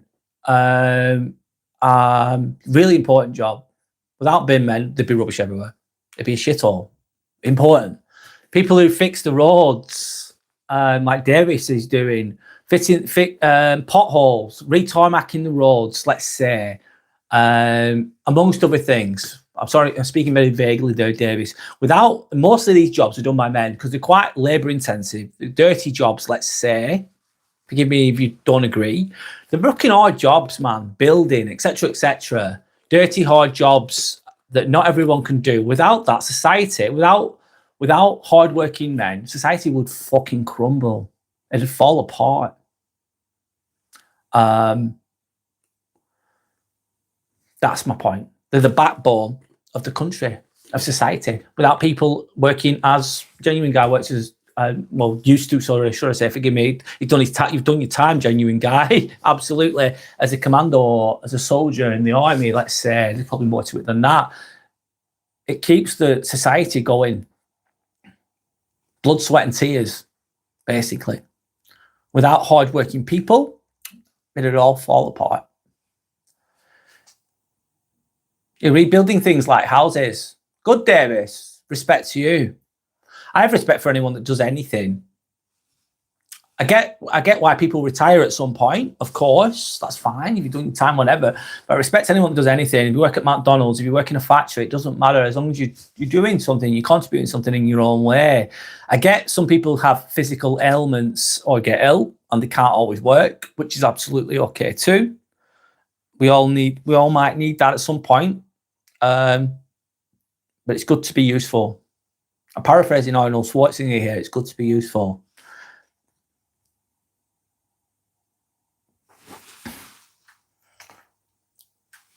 Because you were saying I have 6 cats. Wow, that's a lot of cats, Peshua. You must love cats. That's a lot of cats, Peshua. Genuine Guy saying, Brad, my Genuine Guy saying, Brad, my daughter would like to know how long did you study for to get in the position in your job. Okay, Genuine Guy, I was later into it. I'm 43 now. I started adult nursing in 2018, and it was a course that lasted 3 years. You can extend it if you want to, but I did mine. It's a 3-year course, but you can have like gaps in between that if you want to. But I did it for 3 years. I was qualified during COVID, which was a good thing in a way because they were fucking desperate for staff. They were desperate for staff, for qualified nurses. I got offered about 4 or 5 jobs when I qualified in 2021. And yeah, so 3-year course. And then obviously getting a job, I ended up in the theatres, but I was very lucky in a way because they were desperate for staff. And then once I got a job at the theatre, it took a while to learn because it's totally different. So it's very specialised, let's say, what I do, specialised with regards to the instruments and the equipment, etc., etc. But yeah, 3 years to do the course, and then I got a job there. However, right now it's difficult to get work. There's a lot of newly qualified nurses or ODPs, operational department practitioners, which the ODPs work in theatres, if you don't know. That's all they do. But they do the same job as me, let's say. They're struggling to get work at the moment. I'm going off topic a bit there. But anyway, I hope that answers the question. But 3 years to do. I don't regret doing it. But it's not easy. You've got to do placements as well. Basically, it feels like you're working for free because you're on your own wards. It's fucking hard work. I've worked on building sites. I've worked in factories. I've worked behind bars. I've worked in a shop. I've done lots of different types of jobs. And working on a ward is one of the hardest. Anyway. But genuine guy, going back to your question, I've been there for nearly just let me think. Coming up to 4.5 years, I've been doing what I've been doing full time. I'm still learning now. I'm still learning now. David's saying, and there's an escort for us, and I am leading it. It starts in 23 minutes. Is that I can imagine a line of vehicles, Davis, there. Am I correct with the escort thing with regard to your job? But she was saying TV, not forcing. Okay. Matthew, hi, Matthew. How are you? I am autistic. I am an actor. I belong to a theatre company and I have my own poetry book on Amazon. I am looking at developing that further to help kids express themselves. That's really good, Matthew. Is that in relation to emotional intelligence? That's really good. Positive.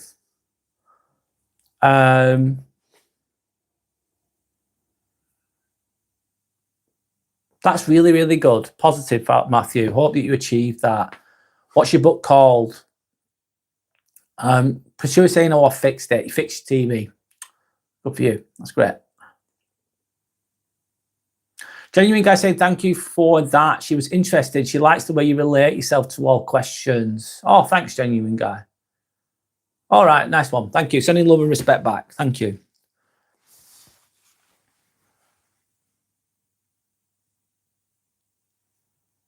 Pursuer is saying, I like Warrior Cats. It's a book series. Never heard of that, Pursuer. Davis is saying, a long truck full with cars. Wow. Does it pay well, Davis, the job that you're doing? Do you do what your shifts like? Do you do long days? Do you do nights? Sandra's saying, genuine guy, you're a lovely man. I agree. Your daughter is very lucky to have you. Very, very lucky. Absolutely. Matthew says, my book is called Welcome to the Neuroverse. Sorry for the shameless plug. Well, Matthew, don't worry. 1 second. Well done for writing your own book, man. That's amazing. I think that's a fucking amazing, by the way, Matthew. Welcome to the Neuroverse. Good title. Good title, man. Sorry for the shameless plug. No, don't worry, Matthew. It's all good.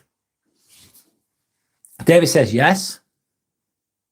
Sandra's itching to go and hoover the car. We'll get that done later. You do daytime work, Davis. Okay. Do you get paid more for doing Sunday? Do you get paid extra? I hope that you do. Sandra's then saying, Matthew, I'll look your book up. Sandra's then saying, subscribe and like everyone. Thank you. Sure says my hand. I don't know what you mean by that. Yeah, please. Thank you for liking and subscribing. I appreciate that.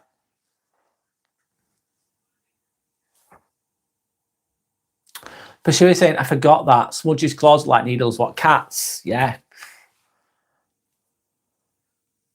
Davis is saying, starts in 3, 2, 1, and off you go.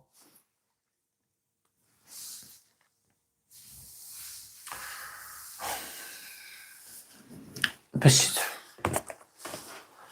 says, all smudges on the screen now. Right, okay. You're not about your game, aren't you, Pursuer? I'm assuming. Pursuer, do you do anything that's not on a computer? Do you get out and about? Do you play sports? Do you go for walks? Do you do any of those things? Matthew says thank you to Sander. Sander then says, no worries, Matthew, well done for writing your own book. Yeah. That's a great achievement. I thought about it myself, write my own book. It's good to start things hard. Let's say it's a hard task, yeah, a difficult, challenging task, and then complete it. Even if you don't, whatever you complete, it's just good to complete something. Puts you in good stead for when you're older. Doing hard things, doing challenging things and completing them, knowing that you can complete challenging things, seeing things through to the end. Resilience.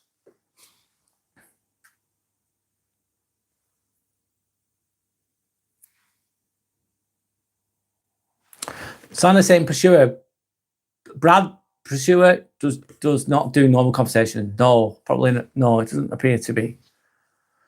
Davis is out and about in work. We're going on a small break soon and a small bridge. Enjoy, Davis. A genuine guy says, Sander, thank you for your kind remark. I'm very lucky to have a very beautiful daughter. Give me a moment. I'll put a pick up for you.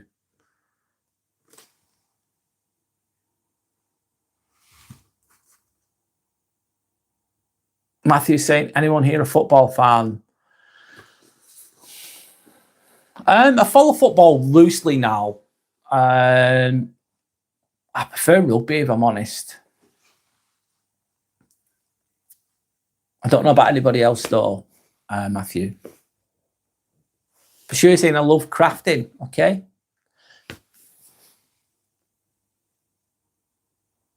Sander's saying, genuine guy, where can you put the picture up? I don't know. I don't know how you do it on here. Sorry, I don't know. David says, me? For sure, saying I do use the hot glue, gun glue a lot. David's saying the truck is super slow. I can imagine if it's a massive truck. Yeah, a lot of weight to pull.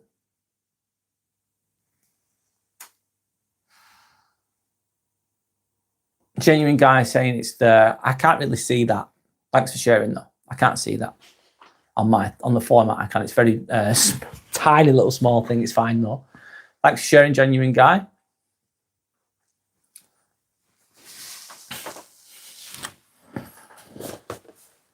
I hope that she finds. I don't know what your daughter's situation. I hope that she finds. I don't know your daughter at all. But I hope that she finds a nice guy or whatever. Or if she's with a nice guy, that's great. I hope she has a happy life. That's all I've got to say on that one. Yeah. Matthew says, fair play. I'm an Arsenal fan. Are you watching the Six Nations? Yeah, I have been, Matthew. Arsenal are doing really, really well this year. The top of the league. I follow it loosely. Man United have got a lot better. They've won the last 4 games, I think. But Arsenal, they're looking like they're going to win the league. They come second a lot of times, haven't they, the last few years? They've been really good recently in the last few years, Arsenal, as I'm sure you know, Matthew. I hope they win this year, actually. Someone else to win it for a change, because they've not won it for a long time. I have been watching the Six Nations, yes. Wales look absolutely shit. Wales are terrible at the moment. Italy beat Scotland. Italy have got a lot better at it recently. Good to see. Obviously, England beat Wales, but I think it flattered. I don't think England were amazing. I sort of thought Wales were really bad. And France looked really, really good. I think France are the favourites, if I'm honest. But I hope England win. I'm on about Six Nations now. Sanders found Matthew's book. It looked pretty interesting. Sounds pretty interesting. Need to check that out. I hope that your book does well, Matthew. I hope it does well, man. And I hope that it helps people as well. By the sounds of it, it sounds like it's going to help people, which is a good thing. Good for the world, let's say. David says we have to turn. Right. I'm imagining your convoy now, Davis, of lots of vehicles on the road. That's what I'm imagining. You in your work gear with your Visi vest on. Sanders, that's what I'm envisioning. I might be wrong. Sanders saying, LOL, oh, she's beautiful, genuine guy. That's lovely, lovely.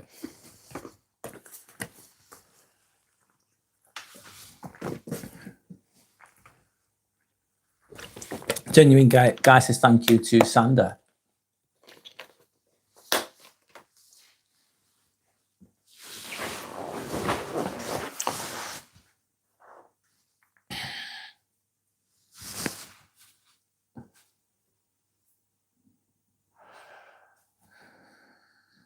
Right, so quick thoughts anyway. I'm off work next week, not working. I've got a week off, but I'm doing overtime on Friday, doing a bit of extra on Friday, but the rest of the week I'm off. So I'm going to be doing more lives throughout the week, probably in the evenings when I can. I'll be sharing that on my channel, of course. Matthew, have you got your own channel is the question. Do you do YouTube? Do you create content? Davis is going to have a break now. Enjoy, Davis. Enjoy your break. Matthew's then saying, thanks, guys. And yeah, football, it's hit and miss being an Arsenal fan. But I hope this year we recently got bested by United. Yeah, you got beaten by United. And most of my mates are United fans. They've been terrible, haven't they, Man United? Until recently. They've been really bad. They've won loads, though, in the past. You can't be the best all the time.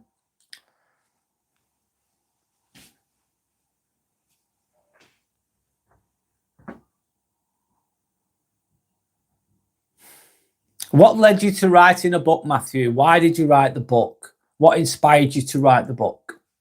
Is the question I've got for you. Again, you don't have to answer if you don't want to.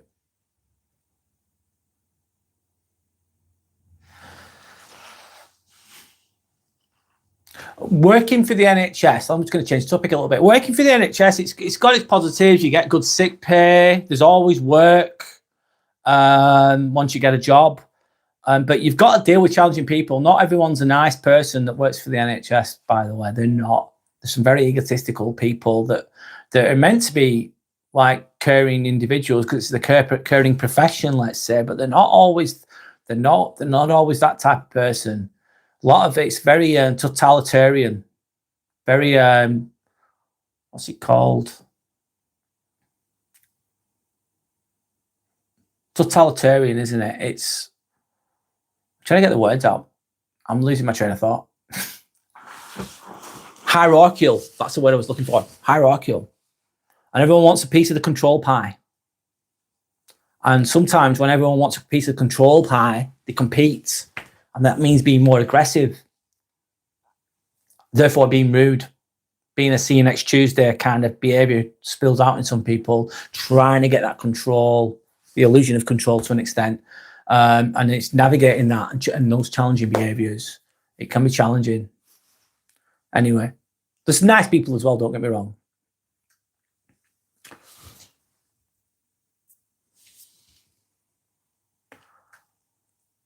Got some food, Davis. Enjoy. What food have you got, Davis? Enjoy your break, man. Matthew's saying creating my channel is a work in progress. I'm getting support for that side of things. Good luck with that. What support are you getting with that? It can really supplement your book, though, can't it? It can really back it up. Basically help with the selling of your book, Matthew, creating your channel, of course. Kieran, hi Kieran. Anakin or Obi? Good question. Obi won all the way, man. Obi won all the way, Kieran. Star Wars we're referring to, of course, there, Kieran. I like Star Wars. It's good. Anyway, genuine guy saying, it's been absolutely delightful to chat with you all. Thank you for the kind words and support. I'll look forward to the next live as we're going out for dinner. All stay safe and positive. Chat soon. Thank you, genuine guy, again. Thanks for sharing. Enjoy the rest of your day. Yeah. Sending respect and appreciation back to you. Thank you. Davis is saying it's time. What time for what? Matthew's saying, what made me write the book was lived experience, and I love performing poetry and sharing my thoughts. It's a buzz. It's a passion. The So your lived experiences, the challenges that you're presented to in your life have inspired you to write the book. And you love poetry and sharing my thoughts. It's a buzz. I love sharing my thoughts too. I can resonate with what you're saying, Matthew. Good luck with your journey, man. Good luck with that journey. You're on the right path by the sounds of things. Good to hear. Great to hear. David's saying we're on the move to McDonald's. David, that's a good lunch, man. It's not healthy, but it's nice. Insane Indian, you need inspiration. Insane Indian, why do I need inspiration? And how are you? What would you recommend? Elaborate on that. You need inspiration. Why do I need inspiration? And what inspiration are you going to bestow upon us? What would you suggest? Insane Indian is the question. Thank you to anyone that's liked and subscribed, by the way. I appreciate you all. The quiet one saying, I'm concerned about stalkers. That's what has been keeping me from sharing on my channel.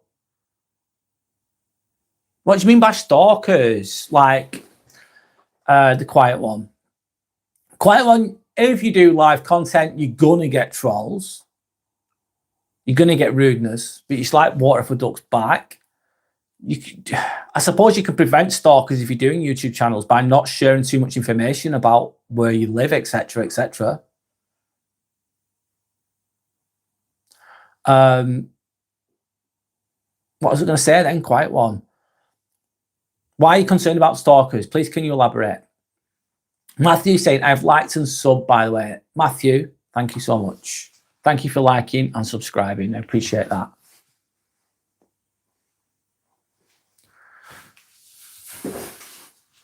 Pashura says, my fingers. What's happened to your fingers? They've been scratched by the cat. Paul is saying, please say Shombos Gumboli. Probably a swear word, isn't it? There you go. They're saying we're nearly at the small bridge. Oh, you're crawling towards the small bridge, Davis, by the sounds of it. Hope you get to McDonald's soon. Enjoy your lunch. Thank you, Matthew, for liking and subscribing, by the way. It means a lot. Thank you so much.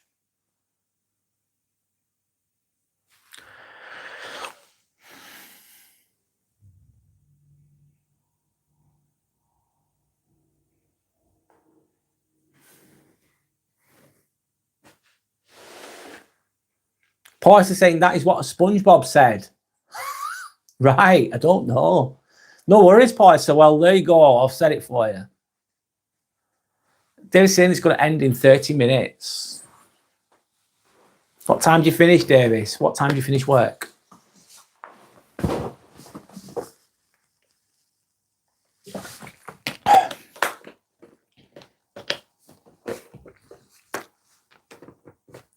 Quiet one saying I'm an introvert. Yeah. And I just don't like having a lot of attention on myself. Well, that's absolutely fine. Nothing wrong with that. It's the quiet one. I get it. I get it.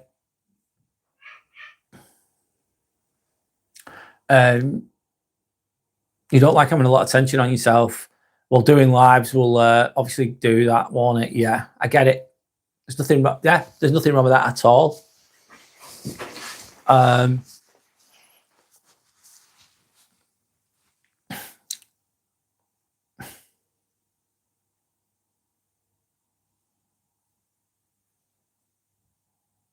Yeah, I get it. Sorry, I'm just trying to think there.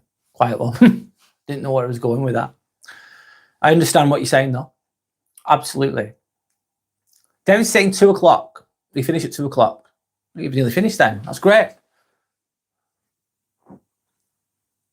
Good for you. Kieran saying Obi was a good choice. That, do you know what? On that note, like Kieran, that battle between Darth Vader and Obi, the newer one, let's say, was a really good fight scene. It was amazing. It was really good. Good to watch. I forgot the name of the movie, the series, wasn't it? Obi-Wan series. It's really good to watch. They did a good job with that. Oh, you're going to McDonald's after you finish work, Davis? Yeah. Treat yourself, man. Kieran saying I prefer Anakin though. Yeah, it's an interesting character. Anakin, Darth Vader, interesting. Yeah, we're changing talking Star Wars there, yes.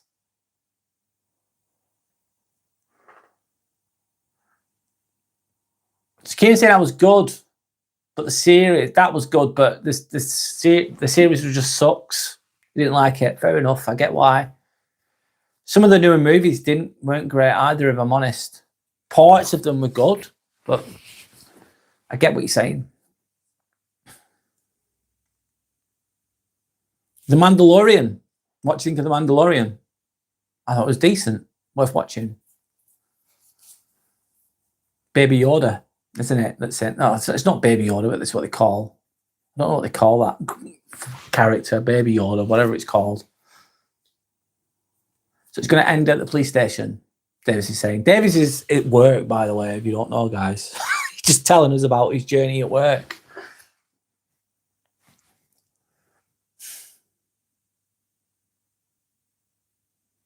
Kieran said Mando was good, but season 3 was interesting. Yeah. And Davis is finishing it early. Okay, good for you, Davis.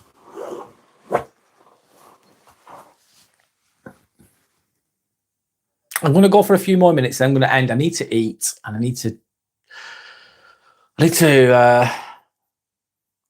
live my life, let's say. Kieran says we've got hopes for the new movie, though. What's the next movie that's coming out, Kieran? I don't know. Obi-Wan. Matthew's saying Obi-Wan is my favourite, but I do think the Emperor is an interesting character. Yeah, absolutely. Absolutely.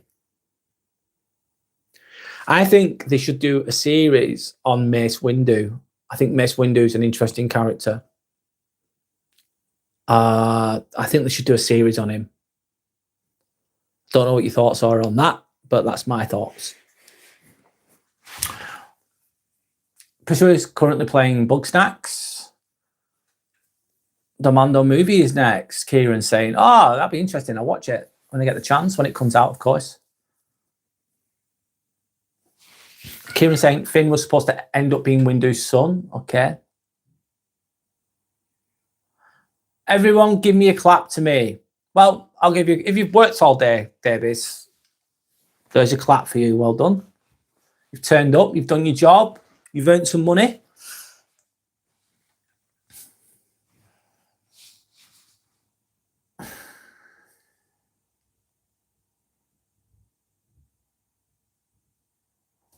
Thanks, Davis. No worries. Thanks. No worries. Matthew's saying they are doing 3 new movies, moving away from the Skywalker timeline.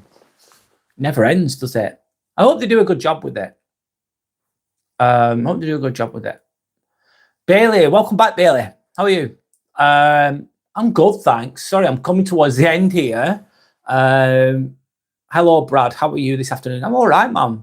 I need to eat. I'm not eating yet. I'm going to end. I've been going for like 3 hours, mate. I hope you're doing well, Bailey. How's life? How's being a teacher been this week? How have you found it? But Kieran's saying, but Kathy at Disney had other plans, unfortunately. Disney can be a bit tricky, can't it? With how sometimes there's a lot of political agenda attached to how Disney make movies, and that can end up resulting in bad. It can end negatively in the production of things. All this woke agenda sometimes, or whatever political they shouldn't put politics onto entertainment and movies, but Disney's, I think, can be guilty of that at times. And it affects the end result, the end products, the end movie, or whatever it is. Don't know what everyone's thoughts are on that, but Paley's saying, I'm very good. I just woke up. I knew you were live. I had a sleep in, and I haven't worked. Been in the hospital. Just home yesterday. I split my head open, reaching for my glasses and tripped over. I'm sorry, Bailey. Fucking hell. You've ended up with a laceration or something on your head. I hope that you're okay. What happened at the hospital? Did you go to A&E? Hope that you're okay. Kieran saying not good for the PR. No, Kieran. Matthew's saying I need to go, Brad. I need to go too. It was great talking to you. Phone's on 5%. Shit, you need to charge that phone, Matthew. And I need to get out of bed. Haha, stay cool. Well, enjoy the rest of your day, Matthew. Nice to meet you, by the way, Matthew. Good luck with your book. And I need to have a look into that. Check it out. But Bailey saying, yeah, my bald spot's got bigger, LOL. Shit. Oh, slow down a little bit, Bailey. You should slow down a little bit. Rest, recuperate, and heal. I think you already know that. Have you got stitches? Have they stapled it? I'm guessing here.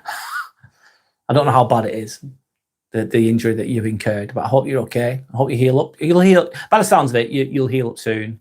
Not that I know everything about that, but right, guys, I'm gonna go. I'm gonna be live next week, should I say? Kieran's saying, bless, brother. Subscribing now. Thanks, Kieran. Thank you so much. Need to get on with my shift before I get moaned at, laughing my hats off. Yeah, I've got shit to do, Kieran. I get it. Thank you for subscribing. Appreciate that. Thank you to anyone else that's subscribed. Thank you to anyone that's commented. Thank you to anyone that's watched and anyone that's liked. Thank you. I'm just saying appreciation out there. David says goodbye. Goodbye, Davis. Enjoy the rest of your day. Enjoy your McDonald's, Davis. Bailey saying have an amazing day, Brad. And everyone else, yes, have an amazing day. Make the best of it. Thank you for your time, guys. Check out my channel. If you want to email me directly, it's www.inspirationalambivert@outlook.com. Check out my channel to see what my next up and coming videos are going to be.